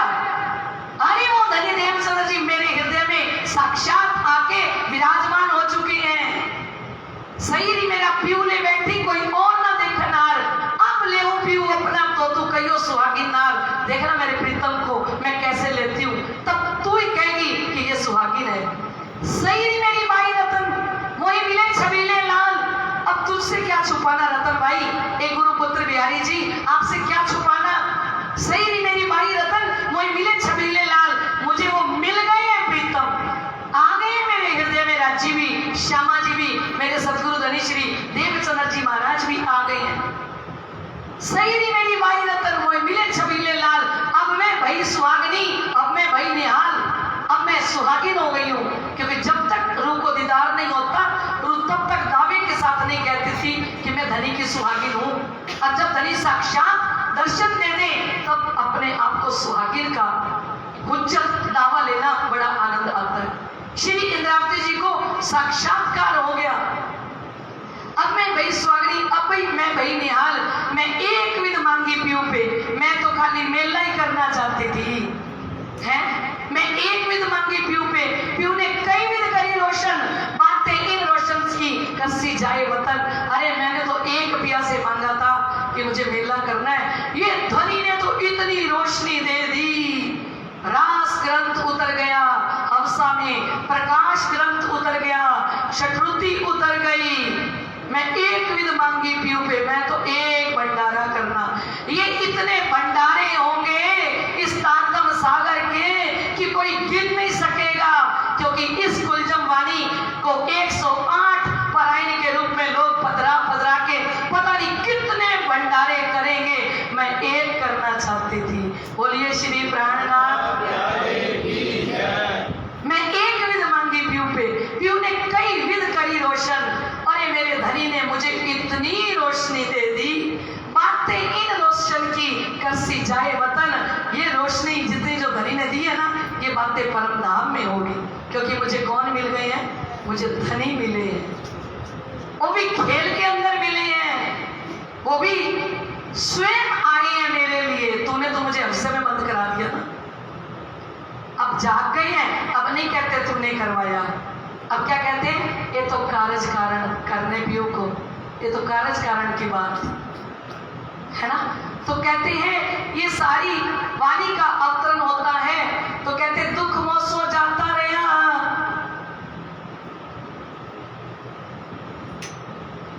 दुख मोह सो जाता रहा, आया अंत में उमंग। अब तक तो 13 महीने का दुख था कि 13 महीने हो गए मैं कहाँ बैठी हूँ अवसा के अंदर, है ना, और वो सारा का सारा दुख खत्म हो गया।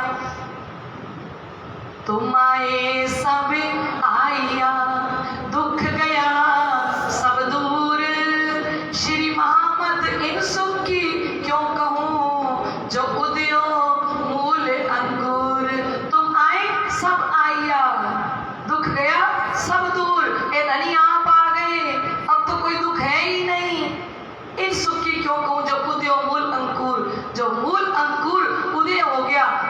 साक्षात आ गए, अब मैं क्या बात करूं। तो कहते दुख मोसो जाता रहा, आया अंग में उमंग, अब तो अंदर इतनी उमंगें उठ रही हैं। रामत भाई सब रास की, सुख पायो जो थे संग। अब तक तो सांवलिया भाई इतना गुस्सा कर रहे थे श्री महाराज पे, मेले करना है, मेला करना है, मेला करना है, कर दिया ना अंदर बंद हम सबको, क्योंकि तीनों भाई अंदर थे, सांवलिया जी, उद्धव ठाकुर, शिव जी तो यहीं से। और जब देखा सांवलिया भाई ने, क्योंकि शिव जी को जब वाणी का अवतरण होने लगा सुंदर साथ जी, शिव जी का मुखमंडल के ऊपर मानो कितनी बिजलियों का प्रकाश, लाइटें, इतना नूर निकलने लगा। और वो देखा सांवलिया भाई ने, तो सांवलिया भाई के लिए कहा, आठों पैर विरहनी, श्वास लिया फूक फूक, पत्थर काले भिगोते सो भी हुए टूक टूक। आठों पैर विरहनी ने जब श्वास निकल गए, कब मिले धनी, जब प्राण निकल गए। और फिर उसमें कहती है श्री इंद्रावती जी, मैं तो अपना दे रही तुम ही राख्या जीव, मैं तो अपना दे रही तुम ही राख्या जीव, बल दे आप खड़ी करी कछु कारज कारण पीर, सरबंद मूल को मैं तो पाऊं पल छोड़ो न जाए। श्री इंद्रावती जी ने कहा, मैं तो अपना दे रही, मैंने तो शरीर भी दे दिया, प्राण भी दे दिए, क्योंकि जब आंसू की अंकी श्वास भी छोड़ियो सन, तब तुम पर्दा टाल के दियो मोय अपनो अंग, मैं तो श्वास भी छोड़ दिए, मैं तो अपना दे रही तुम ही राख्या जीव। अब वापस प्राण क्यों आए मेरे अंदर, बल दे आप खड़ी कड़ी, आपने बल दी, ताकत दी, आपने मुझे खड़ा किया, क्यों किया, कछु कारज कारण व्यू, आप मुझसे जागने का काम करवाना चाहते हो, इसलिए प्राण वापस आए हैं। मैं तो अब अपना सब मिटा चुकी थी आपके चरणों में। तो कहते सांवलिए बड़े भाई को इत आया ईमान, जब 8 और 64 घड़ी श्वास हुक हुक लिया, तो उस समय सांवलिए बड़े भाई को विश्वास होता है कि ये श्री महाराज हमारे साधारण नहीं है, इनके अंदर तो महान शक्तियां आके बैठी हैं। चर्चा सुनी इन समय कछुक वही पहचान, ऐसी अलौकिक वाणी की चर्चा सुन के उनको भी पहचान हो गई। और इस समय में रास ग्रंथ उतरता है और फिर प्रकाश ग्रंथ उतरता है, होते इन किताब से नूर रोशनी जोर, जैसे किताबें उतर रही है ना, तो परम धाम का नूर शिव जी के चेहरे के ऊपर इतना तेज, इतना नूर, इतनी रोशनी आ जाती है, क्योंकि ये परम धाम से राजी महाराज के दिल से वाणी का अवतरण हो रहा है। तब छोड़ चितराज की तरफ को, छोड़ माया की मरोर, अब तो मन चित्त बुद्धि सब हट गया माया की तरफ से। अब चित्त कहाँ मुड़ गया, अब धनी के चरणों में लग गया। यूं करते चर्चा जबराइले किया जोर, अब चर्चा करते उस वाणी पर, तो जबराइल अंदर जोश के अंदर आ जाता है। आया जोश इन समय कछु न रही खोर, कहते जब जोश आता है ना, फिर सुध नहीं रहती है ना। और वाणी निकसी मुख से सो कलाम जमूर के, रास ग्रंथ उतरा, प्रकाश ग्रंथ उतरा, जो जो आयतें उतरी उत्तम बाई ए लिखे, जैसे जैसे ये उतरती गई, उनके भाई हैं उद्धव जी, उनकी वासना है उत्तम बाई, जो जो उतरती गई त्यों त्यों किए जमे, फिर कुआं से उतार के ले पुस्तक चढ़ाए तिल समय। तो कहते वाणी उतरती थी, तब हफ्से की दीवारों पे लिखा, उस समय में कोयले से हफ्से की दीवारों पे लिखा, और फिर रानियों से शाही कलम द्वात ये सब लेते हैं, फिर पुस्तक पे उतारते हैं। और भजन की लाइन में कहते हैं, ए पानी मोमिना दे ताले विच होवेगी, ए पानी मोमिना दे ताले विच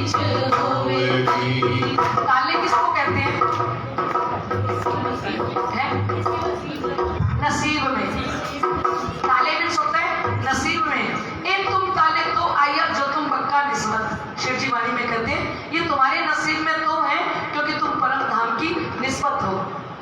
ए वाणी मोमिना दे ताले बीच होवेगी, ए वाणी मोमिना दे ताले बीच होवेगी। अर्श दी रूपाणी सुन सुन रोवेगी, अर्श दी रूपाणी सुन सुन रोवेगी। ए वाणी मोमिना दे ताले बीच होवेगी, ए वाणी मोमिना दे ताले बीच होवेगी। अर्श दी रूपाणी सुन सुन रोवेगी, अर्श दी रूपाणी सुन सुन रोवेगी। लीला पे शहूर नाल नीच धर पावेगी, लीला पे शहूर नाल नीच धर पावेगी, लीला पे शहूर नाल नीच धर पावेगी, लीला पे शहूर नाल नीच धर पावेगी। लीले नो अर्श बनाती एकी में उतरी आखंड वाणी, एकी में उतरी आखंड वाणी। ब्रह्म सृष्टि देखी में होई मेहरबानी, ब्रह्म सृष्टि देखी में होई मेहरबानी। सुन लो सात्विक कहानी, एकी में उतरी आखंड वाणी, एकी में उतरी आखंड वाणी। उत्तम बाई ने लिख आनी है। पानी किसने उतारी? उद्धव जी, छोटे भाई। और कहते हैं यहाँ पे रास ग्रंथ उतर गया, प्रकाश ग्रंथ उतर गया, खटरुति उतर गई और कलश की 2 चौपाइयां उतर गई। फिर दीप मंदिर से चलते हैं तो रास्ते में बेहद वाणी उतरती है। बेहद के साथी सुनो, बोली बेहद वाणी, बड़े बड़े हो गए काहू ना जानी। जब बेहद वाणी उतरती है ना, तो उस समय में एक तोता किश्ती के ऊपर आके बैठ जाता है। शिव जी जा रहे हैं और किश्ती पे आके तोता बैठ गया और वो तोता आंसू बहाने लगा, रोने लगा। शिव जी साहिब जी ने तोते से पूछा, भाई क्यों रो रहे हो? तो उस तोते ने कहा कि ये सुख हमारे नसीब में क्यों नहीं हुआ है? ये बेहद वाली में है कि ये सुख हमारे नसीब में क्यों नहीं हुआ? तो श्री प्राणनाथ जी ने कहा कि आप बेहद के मार्ग पे महाराज का वर्णन करने जाने लगे तो आप साथ में परीक्षित को लेके जा रहे थे। परीक्षित माया का जीव और जाना चाहते हो महाराज के अंदर, और परीक्षित के बोझ से तुम दब गए, इसलिए रास का वर्णन करने लगे। तो उन्होंने बीच में प्रश्न कर दिया राजा परीक्षित ने कि वैसे तो आप कहते हो ये पूर्ण ब्रह्म है, परमात्मा है श्री कृष्ण, तो ये पराई स्त्रियों के साथ रास रमण क्यों कर रहे हैं? तो उन्होंने कहा, तू राजा मैं जोगी भया, कहने वाला उठ के गया, मैं तुझ सरीखा होए रहा। अब तू राजा है और मैं योगी हूँ, जो मेरे अंदर कह रहा था वो तो उठ के चला गया, क्योंकि मैंने तेरे को कहा था प्रश्न मत करना।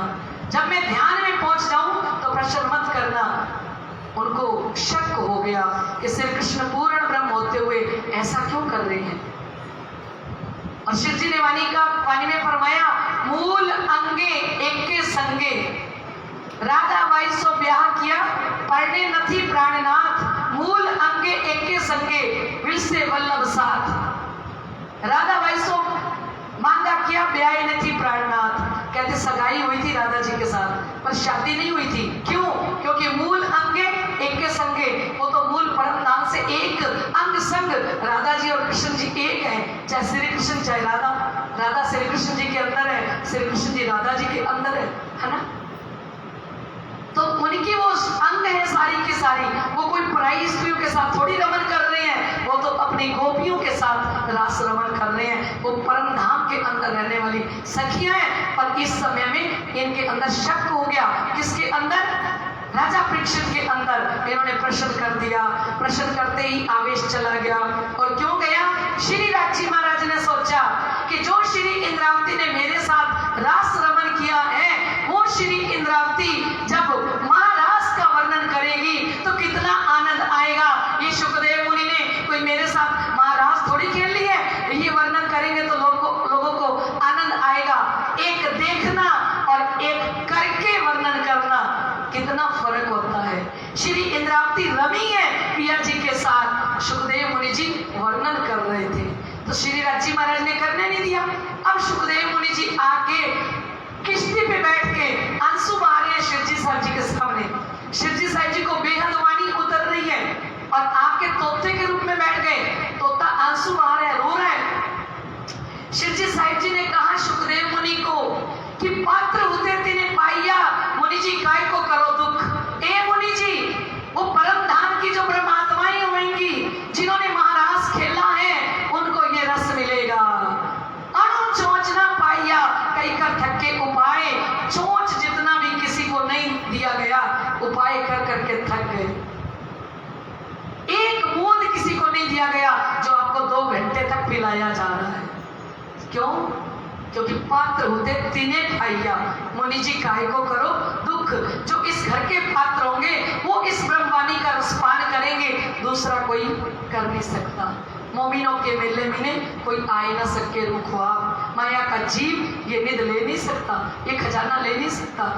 तो बेहद वाणी का अवतरण हुआ दीप बंदर में जाते हुए, और जब तैयार हुई तो शिव जी का सर आसमान के साथ लग गया और कुछ रास की रामते उतरी, कुछ किरंतन वेदांत के उतरे। और इस समय के अंदर जब अनूप शहर में जाएंगे, दिल्ली से अनूप शहर में जाएंगे, तो ये प्रकाश गुजराती और कलश गुजराती इसको वहां पे हिंदी के अंदर धनी उतार देंगे। किसके लिए? ये जो वास्ते ब्रह्म सृष्टि के सुख पावे कर पहचान। ब्रह्म आत्माओं को गुजराती पढ़ने में मुश्किल ना हो, सबको सुगम जान के कहूंगी हिंदुस्तान। इसलिए हिंदी भाषा के अंदर ये हमारी कलश गुजराती और प्रकाश गुजराती किसमें आ गई? अब हिंदी के अंदर उतरी। और कुछ कैत्रिक वाणी धनी की रामनगर में भया मूल, और कुछ वाणी रामनगर के अंदर उतरनी शुरू हुई। खिलवत, परिक्रमा, सागर, श्रृंगार, कहाँ से विस्तार भया? भया पन्ना में बड़ा तूल। यहाँ से शुरुआत हुई रामनगर से, और पन्ना जी के अंदर जाके ये सारे ग्रंथ पूरे होते हैं। और भी वाणी खुलासा ग्रंथ भी उतरता है। और जो प्रदक्षिणा निज धाम की 7 स्वरूप श्रीराज, परम धाम के 25 पक्षों की परिक्रमा ग्रंथ और 7 स्वरूप श्रीराज, एक ब्रिज का रास का, एक भजना ब्रह्मानंद, एक भजनानंद, ये 2 रास के स्वरूप है। और 5 हैं श्री राजी महाराज के। जो प्रदक्षिणा निज धाम की 7 स्वरूप श्रीराज, 100 सारे परिणामीने वास्ते संयन के सुख काज। इसमें 3 श्रृंगार श्री राजी महाराज के हैं और 2 श्रृंगार श्यामा जी के हैं। प्रातःकाल श्री राजी महाराज श्रृंगार सजते हैं, फिर दोपहर के समय श्रृंगार सजते हैं। प्रातःकाल श्री राजी का भी श्रृंगार होता है, श्यामा जी का भी। फिर दोपहर के समय 3 बजे जब वनों में जाते हैं तो श्री राजी महाराज श्रृंगार सज के जाते हैं, तब श्यामा जी चेंज नहीं करती हैं। फिर जब वनों में चले जाते हैं, वहां से राजी और श्यामा जी दोनों श्रृंगार सज के वापस आते हैं। तो राजी महाराज के 3 श्रृंगार और श्यामा जी के 2, इनको कहा कि 7 स्वरूप श्रीराज के 7 श्रृंगार का वर्णन किया। और कहते हैं खिलवत और सागर केतिक वाणी और सो हुई मोमिनो वास्ते मजल पन्ना ठोर। कहते हैं चाहे वो खिलवत हो, सागर हो, परिक्रमा हो, ये सारी वाणी किसके लिए उतरी है? परम धाम की आत्माओं के लिए। और पन्ना जी के अंदर जाके ये ग्रंथ पूरे होते हैं। श्री मोहम्मद कहे ए मोमिनो ए हादी मेहंदी इमाम, ताकि भी तक और कहूँ जो नूरुद्दीन इस्लाम महमती लालदास जी महाराज फरमाते हैं, ये ही हादी हैं, इन्हीं के अंदर सतगुरु बैठे हैं। और सतगुरु के अंदर साक्षात श्री कृष्ण जी बैठे हैं और यही आखिरी ईमान नंदी है, तीनों स्वरूप यही है। और इनकी और बात आगे बताते हैं कि अब फिर कहूं हमसे की जाको प्रमोदपुरी नाम हमसे की भी तक थोड़ी रह गई है, क्योंकि अभी उनको बाहर भी तो निकालना है। 12 महीना बीतक वही संवत 17 पंदोतरे तमाम, संवत 1714 में गए थे और 1715 में बाहर आ रहे हैं। याद रखना, प्रश्न पूछ लिया जाएगा। 1 वर्ष तक अंदर रहते हैं और कुतुब खान के पास ये चले गए थे अहमदाबाद। कौन चले गए थे? राजा और वजीर। वो वहां से जब बात सुलह करके वापस आए तो आते ही तब अंदर गया महल में, क्यों ऐसा जुल्म किया मेराज पर। रानियों ने कहा कि राजा साहब इतना बड़ा जुल्म किया आपने श्री मेराज पर। क्योंकि रानियों ने क्यों कहा? रानियों ने रात के समय रास की रामतें देखी, मिश्री की ईंटें गिरती हुई देखी। इसी को कहा मिश्री की ईंटें, जो चौपाइयां उतर रही थी। उन्होंने कहा रात के समय में मिश्री की ईंटें गिरती थी और ब्रजमंडल की सारी लीला को देखा। वहां दही बिलोने की आवाज आ रही है, वहां मक्खन निकाल रही है गोपियां। तो पूरी लीला को देखा, भाई रास भी हुई, रास की रामतें उतरती गई तो रास की आवाजें आती हैं। तो इस समय में रानियों ने कहा एक तो घर लूट लिया, फिर बंद में बैठाया, आपने उनके घर की कुर्की कर दी और बंधन के अंदर उनको हफ्से में बैठा दिया। बरस रोज होने आया, क्यों ऐसा जुल्म पहुंचाया? कौन कह रही है? रानियां कह रही हैं कि 1 वर्ष होने को आया है, आपने ऐसा जुल्म उन पे क्यों किया? सिताब छोड़ो इनको और देवो दिलासा इन। रानियों ने कहा जल्दी करो, 1 वर्ष हो गया वो अंदर बैठे हैं और जल्दी से उनको छोड़ो और दे सिरों पाओ गरो उठाओ, ए दिल गिरना होवे जिन्न। उनको उनकी शक्ति का पता लग गया और कहते हैं इनको शिरो पाओ। उस समय में किसी की गलती नहीं होती थी ना, तो 5 कपड़े दिए जाते थे, शिरो पाओ तक पहनाया जाता था। तो रानियों ने कह दिया सिताब वजीर बुलाए के तभी किए खलास। राजा ने उसी समय वजीर को बुलाया और श्री मेराज जी को और उनके भाइयों को खलास कर दिया। बोलो श्री प्राणनाथ प्यारे। मतलब हफ्सा में से, नजरबंद में से बाहर निकाल दिया।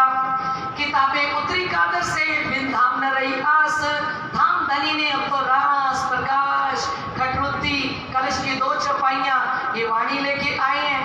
एक किताबें लेके लगे बिहारी जी के कदम। अब हम होते तो हम जाते गुरुपुत्र बिहारी जी के पास। पता है ना उनको मुझे अंदर किसने कराया है ना? और सीधा कहाँ गई है? बिहारी जी के चरणों। श्री मोहम्मद रूहे इश्क ईमान की, शुक्र गरीबी सबर, इन विद दोस्ती हक की, प्यार कर सके तो कर। कितना श्री इंद्रावती जी के अंदर शुक्र गरीबी सबर, अपने धनी के ऊपर प्रेम और अपने धनी पर विश्वास, ये दोस्ती है धनी की। और किताबें लेके कहाँ गए हैं? बिहारी जी के पास। बातें बीतक की करी, पाया सुख आतम, कहते हैं उनके चरणों में गए और सारी हफ्सा की बात बताई। लगे बातें करने अपनी जो बीतक 1 वर्ष में क्या क्या बीता वो सारी बात बताई। यो किताबें उतरी हुई श्री मेराज पर हक। ये तो राजी महाराज ने कृपा करी है, ये किताबें उतरी हैं। 7 सबों ने इन समय देखी मेर श्री राज, वहां पकड़ाई साथ की दई हक के हाथ श्री मेराज। वहां सारे सुंदर साथ बैठे थे, सारे सुंदर साथ ने जब वो ग्रंथ देखे, रास प्रकाश खटरुद्दी खजाना लेके आए हैं। बिहारी जी ऐसे किए जा रहे थे, ऐसे सारी किताबें देखे जा रहे थे और सुंदर साथ देख रहे थे कि ये तो राजी महाराज की कृपा हुई है, क्योंकि उन्होंने बताया ये वाणी का अवतरण हुआ है हमसे में। और सुंदर साथ आपस में कहने लगे कि देखा 7 सबों ने इस समय देखी मेरा श्री राज, देखा सदगुरु धनी श्री देवचंद्र जी की कितनी बड़ी कृपा है मेराज पे। वहां पकड़ाई साथ की, बातूनी रूप में तो हमारी वहां श्री मेराज जी के हाथ में ही धनी पकड़ा के गए हैं। दई हक के हाथ श्री मेराज किसके हाथ में है ना? इत बिहारी जी चमके सुन खटरुद्दी के सुगन। अब खटरुद्दी को पढ़ा, उसमें रुदन कर रही है श्री इंद्रावती जी। इन तहकीक मुझसे लई खास गिरो संयन, क्योंकि फिर आगे और पढ़ लिया प्रकाश हिंदी में तो उसमें लिखा हुआ था सही मेरी बाई रतन मोए मिले छबीले लाल, अब मैं भई सुहागनी, अब मैं भई निहाल, सही मेरा तो धनी ले बैठी, कोई और ना देखनहार, अब ले पीऊ अपना तो तू कहियो सुहागिन नार। तो उन्होंने वो पढ़ा कि ये तो कह रही है मैं तो पिया को ही ले लेती हूँ तेरे से, मेरे पिया मेरे पास आ गई हैं, मैं तो सुहाग को पा लिया है। ये सारी बातें इन तो सुकनों में गया, मैं ले धनी अपना। क्या कह रही है? इसने शब्दों में कह दिया कि मैं अपना धनी लूं, तो इत बाकी क्या रहा? या सुकनों की पहचान। इसके शब्द कह रहे हैं मैंने धनी को ले लिया, मैं क्या रुई की गादी पे बैठा रहूंगा? है मेरे को क्या ये रुई वाली गादी मिली है जिसपे मैं बैठा हूं? ना तो सुंदर साथ सम्मान करते हैं ना मानते हैं। वो उनको कैसे पता लगा था? क्योंकि जब गादी पे बैठाया तो शिव जी ने कहा कि भंडारा करते हैं, गुरुपुत्र गादी पे बैठे इनके नाम का भंडारा करते हैं। सबको बोला कि दूध लेके आना घर से, कल खीर बनाएंगे। और सारे सुंदर साथ 5 बजे उठ गए और सारे सुंदर साथ कहते हैं बिहारी जी गादी पे बैठे हैं तो भंडारा करना है, तो खीर बननी, मैं तो पानी लेके जाऊंगा। एक के दिल में आया, सारे पानी के लोटे घर से लेके आए, एक में राज जी दूध लेके आए। बोलो श्री प्राणनाथ। तो उनको तो ये पहले ही पता था। सुबह उठ के श्री मेराज जी ने कहा चलिए देखें कितना दूध इकट्ठा हो गया है, और अपने खीर बनाए। जाके देखा तो पूरा पतीला पानी का भरा हुआ था। बोलो श्री प्राणनाथ प्यारे की। वो पता तो तभी लग गया ना कि ये प्यार है इनका मेरे लिए। एक खीर ही तो बनानी थी, उसके लिए भी सारे घर से क्या ले आए मेरे लिए। तो पता लगा ना मेरे को चाहते ही नहीं है। तो इन्होंने देखा कि ये तो शब्दों में ही कह दिया, अब ये वाणी अगर इन्होंने पढ़ ली सुंदर साथ ने, तो ये मेरे को तो बिल्कुल नहीं मानेंगे। तो क्या कहा? करने न देऊं जाहिर के बानी साथ मिले। मेराज ये वाणी चर्चा मैं करने नहीं दूंगा आपको सुंदर साथ के बीच में। दिल में जान ऐसा कहा, क्यों इतना विराग किया तुमने? अंदर से ये कह रहे कि मैं चर्चा करने नहीं दूंगा, और बाहर से कहते हैं तुझे इतना रोने की क्या जरूरत थी? है मैं तो बैठा था एक शहर में तेरे आगे नजर, मैं नौतनपुरी में तो बैठा था, मेरे लिए इतना क्यों रोए भाई तुम मेराज? है तेरा विरह मुझ पर पड़ा, ये शुक्र का दे उत्तर। ये जितना विरह किया ये सारा विरह किसके ऊपर आया? मेरे पे। अब बता मैं तेरे को क्या सजा दूं? और फिर कह रहे हैं क्या सजा दूं तेरे को? तेरी सजा ये है कि इस वाणी की चर्चा मैं तुझे जामनगर के अंदर करने नहीं दूंगा। बोलो श्री प्राणनाथ। अब ये वाणी रहने दो, ये चर्चा सुनो साथ, अपनों जो मार गए सोई करो हाथ। का मेराज इस वाणी को रहने दो, ये राज प्रकाश खटरुत्ती इसको रहने दो। जो स्वरूप सुंदर सरकुल की मैं चर्चा करता हूँ ना, वो ही चलेगी यहाँ पे, ठीक है। बानी माना पसरी वह शरत उस दिन, इंतजार थे मोमिन पर सुन न सके एक सुकन। वहां पे वाणी का विस्तार नहीं हुआ। इंतजार करते रहे ब्रह्मात्माएं, कौन सी वाणी उतरी है उसकी थोड़ी चर्चा तो सुना दे हमें, क्योंकि उन्होंने तो दर्शन कर लिए वाणी के, बिहारी जी ने खोल के, और सुंदर साथ को तो दर्शन भी नहीं करने दिए कि क्या उतरी है। तो कहते वहां वाणी ना पसरी। कहाँ पे? जामनगर के अंदर वाणी का प्रचार प्रसार नहीं होने दिया। वह शरत उस दिन उस घड़ी के अंदर शिव जी चाहते थे कि मैं इस वाणी की चर्चा सारे सुंदर साथ को सुनाऊं। कितने प्रसन्न होंगे कि हमारे लिए कितना बड़ा खजाना उतर के आया है। इंतजार थे मोमिन पर सुन ना सके एक सुकन। तो कहते सारे इंतजार में थे पर एक शब्द भी नहीं सुनने दिया। अब शिवजी साहिब जी को राज दरबार में से गांव बसाने के लिए कहा है राजा ने। एक गांव बसाने के लिए राजा ने कहा आपको एक गांव बसाने की जमीन हम देते हैं। अब शिवजी साहिब जी को 5 कपड़े देके सारे भाइयों का सम्मान करके तो बाहर भेजा है ना। अब वो गांव बसाने के लिए यहाँ से आते हैं।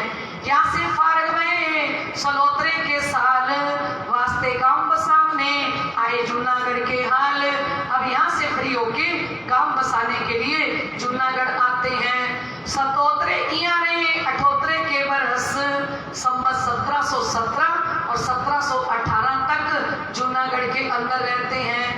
कांजी भाई इया रेमी बानी सुने सरस। अब कांजी भाई है ना वो यहाँ आ गए हैं, क्योंकि जब शिव जी हमसे में गए पहले मेले की तैयारी कर रहे थे तो सारा सेवा किसको सौंपी थी? कांजी भाई को सौंपी थी कि आप दिल खुले के साथ तैयारी करना। अब अब वो शिव जी तो चले गए हवसा के अंदर। अब जब हवसे के अंदर चले गए तो वो कांजी भाई कहाँ चले गए? जूनागढ़ के अंदर चले गए। और जूनागढ़ के अंदर एक हरजी व्यास रहते हैं, उनकी नौकरी करने लगे। और एक दिन उनकी तबीयत बहुत ज्यादा खराब हो गई और घर परिवार वाले लोग उनसे दान करवाने लगे, है ना। तो उन्होंने कहा अरे कैसा काम करो, तो मैं नहीं इन खेत, मैं कोई स्वर्ग का जाने वाला नहीं हूँ। ये दान पुण्य करने वाले लोग कहाँ जाते हैं? स्वर्ग के अंदर जाते हैं। क्यों मोए दान करावत जमपुरी का साधन, दान करना स्वर्ग जाना यमपुरी का साधन है, और मैं इस इंड का नहीं हूँ, मेरा मन क्यों कर पाते हो? और कांजी भाई के सामने एक बात कह दी हरजी व्यास जी ने। क्या कह दी? कि दो बात की दाज इनसे लिए जातू मैं, दो बातों की आग है मेरे अंदर, जाको मैं हाँ कही ताको ना कही किन्ने। जिसको आज तक मैंने हाँ कही ना, वाणी चर्चा सुनाते हुए, शास्त्रार्थ समझाते हुए, मैंने जो कह दिया ना ये ऐसा है, तो वो उसको ना कहने वाला कोई पैदा नहीं हुआ, और जिसको मैंने नहीं कही उसको कोई हाँ कहने वाला पैदा नहीं हुआ। ये शब्द सुन लिए हमारे कांजी भाई ने। कांजी भाई के अंदर दाज उपजी कि ये कैसे इनने कहा, ये क्या है हमारे मांझ, कहीं ये परम धाम की ब्रह्म सृष्टि तो नहीं है? ये इतने बड़े वचन क्यों कह रहे हैं कि मेरे से दान मत कराओ, मैं स्वर्ग जाने वाला नहीं हूँ, मेरा मन मत कर पाओ, है ना।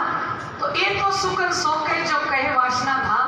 कांजी भाई कहते कोई परम धाम की आत्मा हो वो ये शब्द कहती है, तो क्यों ये जीवता रहे या के पूरे मनोरथ का किसी भी तरह से ये जिंदा रह जाए ना, तो इसका तो मैं मन का मनोरथ पूर्ण कर दूं। क्योंकि शिव जी कब से आए हुए हैं? कहाँ पे? जूनागढ़ में। 2 वर्ष हो गए शिव जी को जूनागढ़ में, और 2 वर्ष से कांजी भाई शिव जी साहिब जी से चर्चा सुने जा रही है। ये वाणी की चर्चा शिव जी कर रहे हैं और वो सुन रहे हैं। यूं करते कांजी ने ये बात शिव जी आगे धरी, शिव जी ये सुन के दिल बीच धरी। आके कांजी भाई ने सारी बात कही कि शिव जी साहिब जी वो हरजी व्यास हैं, मत भागवत कथा के बहुत प्रकांड विद्वान है। वो कहते जिसको मैंने हाँ कही उसको ना कहने वाला कोई पैदा नहीं हुआ, है ना। जिसको मैंने ना कह दी उसको हाँ कहने वाला पैदा नहीं हुआ। तो कहते हैं ए जीवता ए रहता है गौ चर्चा के सुकर। शिव जी ने कहा अगर ये जीवता रह जाए फिर मैं इसको चर्चा सुनाऊं, सब सके भानु इनकी तुम साख रही हो मोमिन। प्राणनाथ जी ने कहा मैं इनकी सारी शंकाओं का समाधान करूंगा। कांजी भाई आप साक्षी रहना। फिर यही बात को उठाया दूर होवे गुमान, सेवा लगा कांजी करने क्यों ये होए पहचान। अब उनके मन में यही बात है कि इसके अहंकार का चकनाचूर करना है। अब कांजी भाई हरजी व्यास जी की सेवा करने लगे। नित्य प्रति हरी हरी सब्जियां बागों में से लेके आते हैं, और वो कांजी भाई सब्जी अपने हाथों से बनाते हैं क्योंकि उनके घर में नौकरी कर रहे हैं हरजी व्यास के यहाँ, है ना। रसोई बना के खिलाते हैं उनको। तो कांजी भाई पर बड़े प्रसन्न होते हैं। हरजी व्यास कहते हैं शाबाश कांजी भाई, है ना। उन्होंने एक दिन कहा कि मुझसे कुछ मांग लो। किसने कहा? हरजी व्यास ने कांजी भाई से कहा मुझसे कुछ मांग लो, मैं तुम्हें कुछ देना चाहता हूँ, क्योंकि आपने मुझे प्रसन्न कर दिया है सेवा कर करके, हरी सब्जियां खिला खिला के मेरी तबीयत ठीक कर दी तुमने। और हरजी व्यास जी ने कहा कांजी अगर कोई मुझे 1000 रुपया दे दे ना, मैं उस पे इतना प्रसन्न नहीं होता जो तेरी तरकारी की सेवा से खुशहाल हुआ इन पर, जो तेरी सब्जियों से मैं प्रसन्न हूं ना। क्योंकि हरी लौकी की सब्जी बना दी, हरी तोरी की सब्जी बना दी, उनको स्वस्थ कर दिया, है ना। सब्जियां बना बना के खिलाते रहे तो वो ठीक हो गए। तब कहा कांजी ने मैं मांगूंगा आगे तुम, आप ठीक हो जाओ, मैं आपसे मांगूंगा, तुम तो मौको दोगे जो है मेरे मन में। किसने कहा? सारे बोलो ना। कांजी भाई ने कहा कि मैं आपसे मांगूंगा पर जो मेरे मन में है वो आप मेरे को दोगे ना। कहते यूं करते नित्याने हुए बहुत राजी। अभी भी सेवा किए जा रहे हैं, हरजी व्यास को प्रसन्न कर रहे हैं। तब कांजी सो फिर कहा तेरी क्या करूं काजी, बता मैं तेरी क्या सेवा करूं कांजी, आपने तो मुझे बिल्कुल ठीक कर दिया। तब कांजी बोलिया मैं मांगत हूं एक वस्तु। आज कांजी ने कहा कि आपसे मैं एक वस्तु मांगता हूँ, एक साथ को सुनाओ चर्चा यही पाओ कष्ट, बस मेरे लिए इतना कर दो। एक साधु आए हुए हैं। कहाँ आए हुए हैं? शाबाश। कहाँ आए हुए हैं? जूनागढ़ में एक साधु आए हुए हैं, उनको आप चर्चा सुना दो। कहा शाबाश कान जी तुमको, क्या तुम मांगे मुझसे? किसने कहा? हरजी व्यास जी ने कहा। भाई शाबाश कान जी, क्या मांगा है? एक तो राजी किया सेवा भी ने, फिर चर्चा सुनाने के। एक तो मेरे को राजी किया मेरी सेवा कर करके, और दूसरा भी मेरा मन पसंद कह रहा है। विद्वानों को क्या चाहिए? सुनने वाले लोग, उनका मन करता है सुनाते ही जाओ, सुनाते ही जाओ, है ना। तब कान जी ने शिव जी से कराई दिया मिला। बोलो श्री प्राणनाथ। अब कान जी भाई शिव जी साहिब जी से मिलवाने के लिए ले आए। मिलते ही सुख उपजा करने चर्चा लगे। आप शिव जी साहिब जी को लेके आए कान जी भाई, और मिलते ही बड़े प्रसन्न हो गए। हरजी व्यास पूछी खबर इनको, कहाँ बसो तुम साथ? अब प्राणनाथ जी से पूछ रहे हैं हरजी व्यास, साधु महात्मा जी कहाँ रहते हो? कहा हम तो हैं परदेश के। बोलो श्री प्राणनाथ, क्योंकि हम तो परम धाम से आए हैं, परदेश से आए हैं। सुनिया तुम्हारा मता आधार, सुना है आपके पास बड़ा खजाना है, भले साथ तुम आए, मैं चर्चा सुनाऊं तुमको। हरजी व्यास कहता है बहुत अच्छा किया साधु जी, आप आ गए, मैं चर्चा सुनाऊंगा आपको भागवत की। जो चर्चा कहूँ सो करो, तो मैं राजी करूँ 300। बोलो मैं कौन सी चर्चा करूं जिससे आप प्रसन्न हो जाओ? ठौर दई उतरने अपने बीच बाग में, उनको अपने बगीचे के अंदर ठहराने की व्यवस्था कर दी। अब होने लगी चर्चा भागवत के वचनों से। अब भागवत के वचनों से चर्चा होने लगी। सुनत मास दो हुए तो राजी भय मगन। देखो शिव जी साहिब जी की नम्रता, वेरी पी। पार ब्रह्म अक्षरातीत होते हुए 2 महीने नीचे बैठ के हरजी व्यास से भागवत की कथा सुन रहे, और कुछ नहीं बोले 2 महीने में, है ना। एक दिन थौर नारायण की ताके कहे वचन, एक दिन नारायण जी के ठिकाने की बात आई तो कहते हैं एक हीरे का मंदिर ताको बड़ो विस्तार, 84 लाख योजन ताको करो विचार। हरजी व्यास ने कहा एक हीरे का मंदिर है और उसका बहुत बड़ा विस्तार है, वो 84 लाख योजन का मंदिर है, ठीक है। एक और है किनकी सोमोई कौसु कन्न, किसने कहा? शिवजी साहिब जी ने। ये किसका ठिकाना है मुझे बताओ। तब जवाब व्यास से दिया, कोई के दिल मगन। मस्त है, भागवत कथा सुना रहे हैं, 2 महीने में कुछ नहीं बोल रहे मेरे सामने, आज क्या बोल लेंगे, हैं? मस्त होके सुनाए जा रहे हैं। शिव जी ने कहा एक और, उसने कहा हरजी व्यास ने एक और अक्षर की लिखा शास्त्रों में, मस्ती में कह दिया कि ये तो अक्षर भगवान का ठिकाना है, शास्त्रों के अंदर लिखा है। तब कदमों लाग फेर गया, एक और पाऊं तुमसे। शिव जी साहिब जी ने चरण पकड़े और चरण पकड़ के कहा ये ठिकाना आपके बिना मुझे कौन बताएगा, है। एक ऊपर तले माहे बाहें की ब्रह्मांड थी। शिव जी ने कहा ये ऊपर है या सात पताल नीचे वहां है या ब्रह्मांड से अलग है, मोसो को समझाए के एक थोड़े अतीत। ये तो बड़ा प्यारा ठिकाना आपने बताया, पर मुझे बताओ ये कहाँ है? 5 तत्व 3 गुण और मूल प्रकृति, भागवत सुने जा रहे हैं। उन्होंने कहा 5 तत्व 3 गुण का तो नाश हो जाता है, इनको नाश तुम कहो ये ठौर अक्षर की गीत, आपने कहा इसका नाश हो जाएगा, तो ये अक्षर का ठिकाना कहाँ है? हमसो अंतर ना करो, ये बताओ तुम। अब शिव जी कहते हैं मुझसे भेद मत करो, छुपाओ मत, मुझे बताओ। फिर विनती करें, सुने तुम्हारे मुख हम। बार बार शिव जी विनती करने लगे कि मुझे तो आपसे सुनना है। तब जवाब व्यास से दिया एक और आदि नारायण। बोलो श्री प्राणनाथ।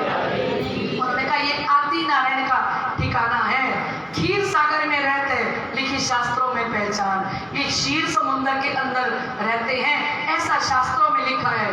तब शिव जी ये तो कहा मैंने इंड क्षीर सागर तो 7 पताल जो नीचे ही है, वो तो ये तो फिर 14 लोक में आ गया।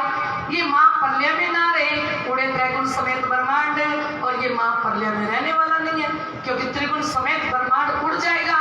फिर विनती करे, हमसो न करो अंतर।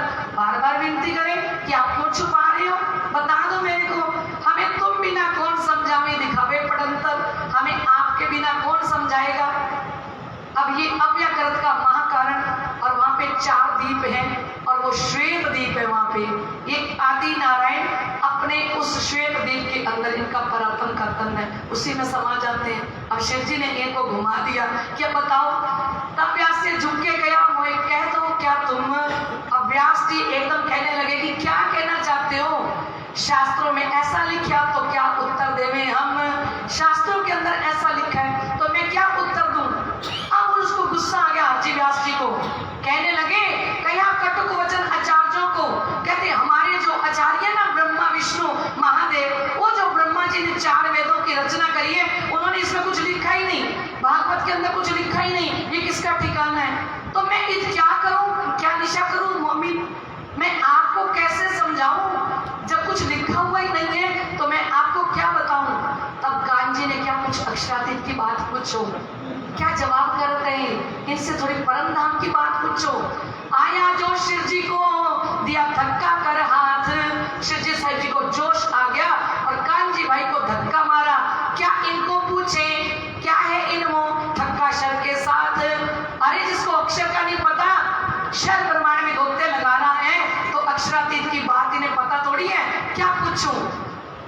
एक तो थक्का शर में शुद्ध नहीं अक्षर, अक्षरातीत की दिन को क्या दे में उत्तर, शर प्रमाण में गोते लगा रहे, अक्षर का पता नहीं तो अक्षरातीत की बात कहां से पता होगी। और जब शिव जी को गुस्सा आया, जब रीस करके कहा शिव जी ने सुकन, तब व्यास की सुध गई ये बात है सही है। उन्होंने कहा ये तो परम धाम की वही ब्रह्म सृष्टि है, वही बात कर सकते हैं। तब शिव जी कहा सुनो व्यास वचन, जो मैं आया तुम पे सुनने चर्चा के सुकन। शिव जी साहब ने कहा वेद ए हरजी व्यास, ये जो मैं आपसे चर्चा सुनने के लिए आया हूं ना, वो इसलिए आया हूं कि तुमने अंत समय में कहा था जाको मैं हाँ कही ताको ना कही किन, और जाको मैं ना कही ताको हाँ ना कही किन, है ना। हमको बैठाए हक ने तुमको रखे दिन, जिन पर मेरे भगवान की गुमान भान करे रोशन। कहते हमें तो पारब्रह्म ने भेजा है, खुद प्राणनाथ है, और कहते तुम्हें भी उन्होंने रखा है। तब व्यास से वचन कहे ए भगत राज, मैं कया यूं ही कर मेरा अर्थ था काज। मैंने इसीलिए कहा कि कोई तो आए जो मेरे अहंकार का चकनाचूर करे, इसलिए मैंने कहा था। मैं तो एक गुल्लर उस दरखत का हूँ जिस गुल्लर के अंदर अनंत कीड़े होते हैं, और एक कीड़े के बारे में, एक फल के अंदर कितने कीड़े हैं वो दूसरे कीड़े को पता नहीं होता। तो आज मैं छोड़े हथियार आगे तुम्हारे सब, तुम तहकीक भेजे हमके आए मेरे सबब। बोलो श्री प्राणनाथ। अब हरजी व्यास के पास जितने शास्त्र थे ना, सारे प्राणनाथ जी के चरणों में रख दिए। इन्हीं शास्त्रों से मैं शास्त्रार्थ करता था, यही मेरे हथियार थे, मैं आपके चरणों में रखता हूँ। उन्होंने कहा अब मेरे को अक्षरातीत का आप रास्ता बताओ, मैं कुछ नहीं जानता, मैं तो कछु ना जानत, मोए दिखाओ अजीम। वो प्यारा जो अक्षरातीत का स्थान है वो मुझे बताओ। कहते जितना इनका अंकुर था उतनी देर तक सोबत भई, और फिर से जुदे पड़े आए नवतनपुरी में। बोलो श्री प्राणनाथ प्यारे की जय। कितने बड़े हैं प्राणनाथ, जानोगे तब मानोगे। कितने बड़े हैं प्राणनाथ, जानोगे तब मानोगे। कितने बड़े हैं प्राणनाथ, जानोगे तब मानोगे। कितने बड़े हैं प्राणनाथ, जानोगे तब मानोगे।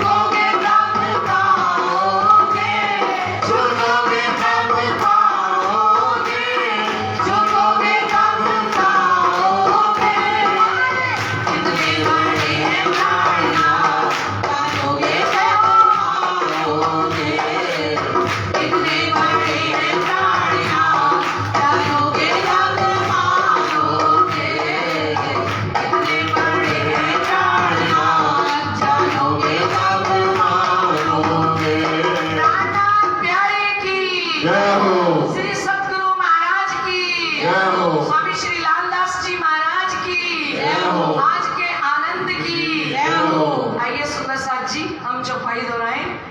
जेता अंकुर इनका तालो भई सोबत फिर दिन से जुदे पड़े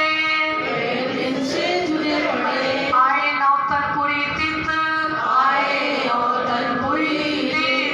बोलो श्री प्राणनाथ प्यारे की जय, श्री सतगुरु महाराज की जय। प्रणाम जी, प्रणाम जी।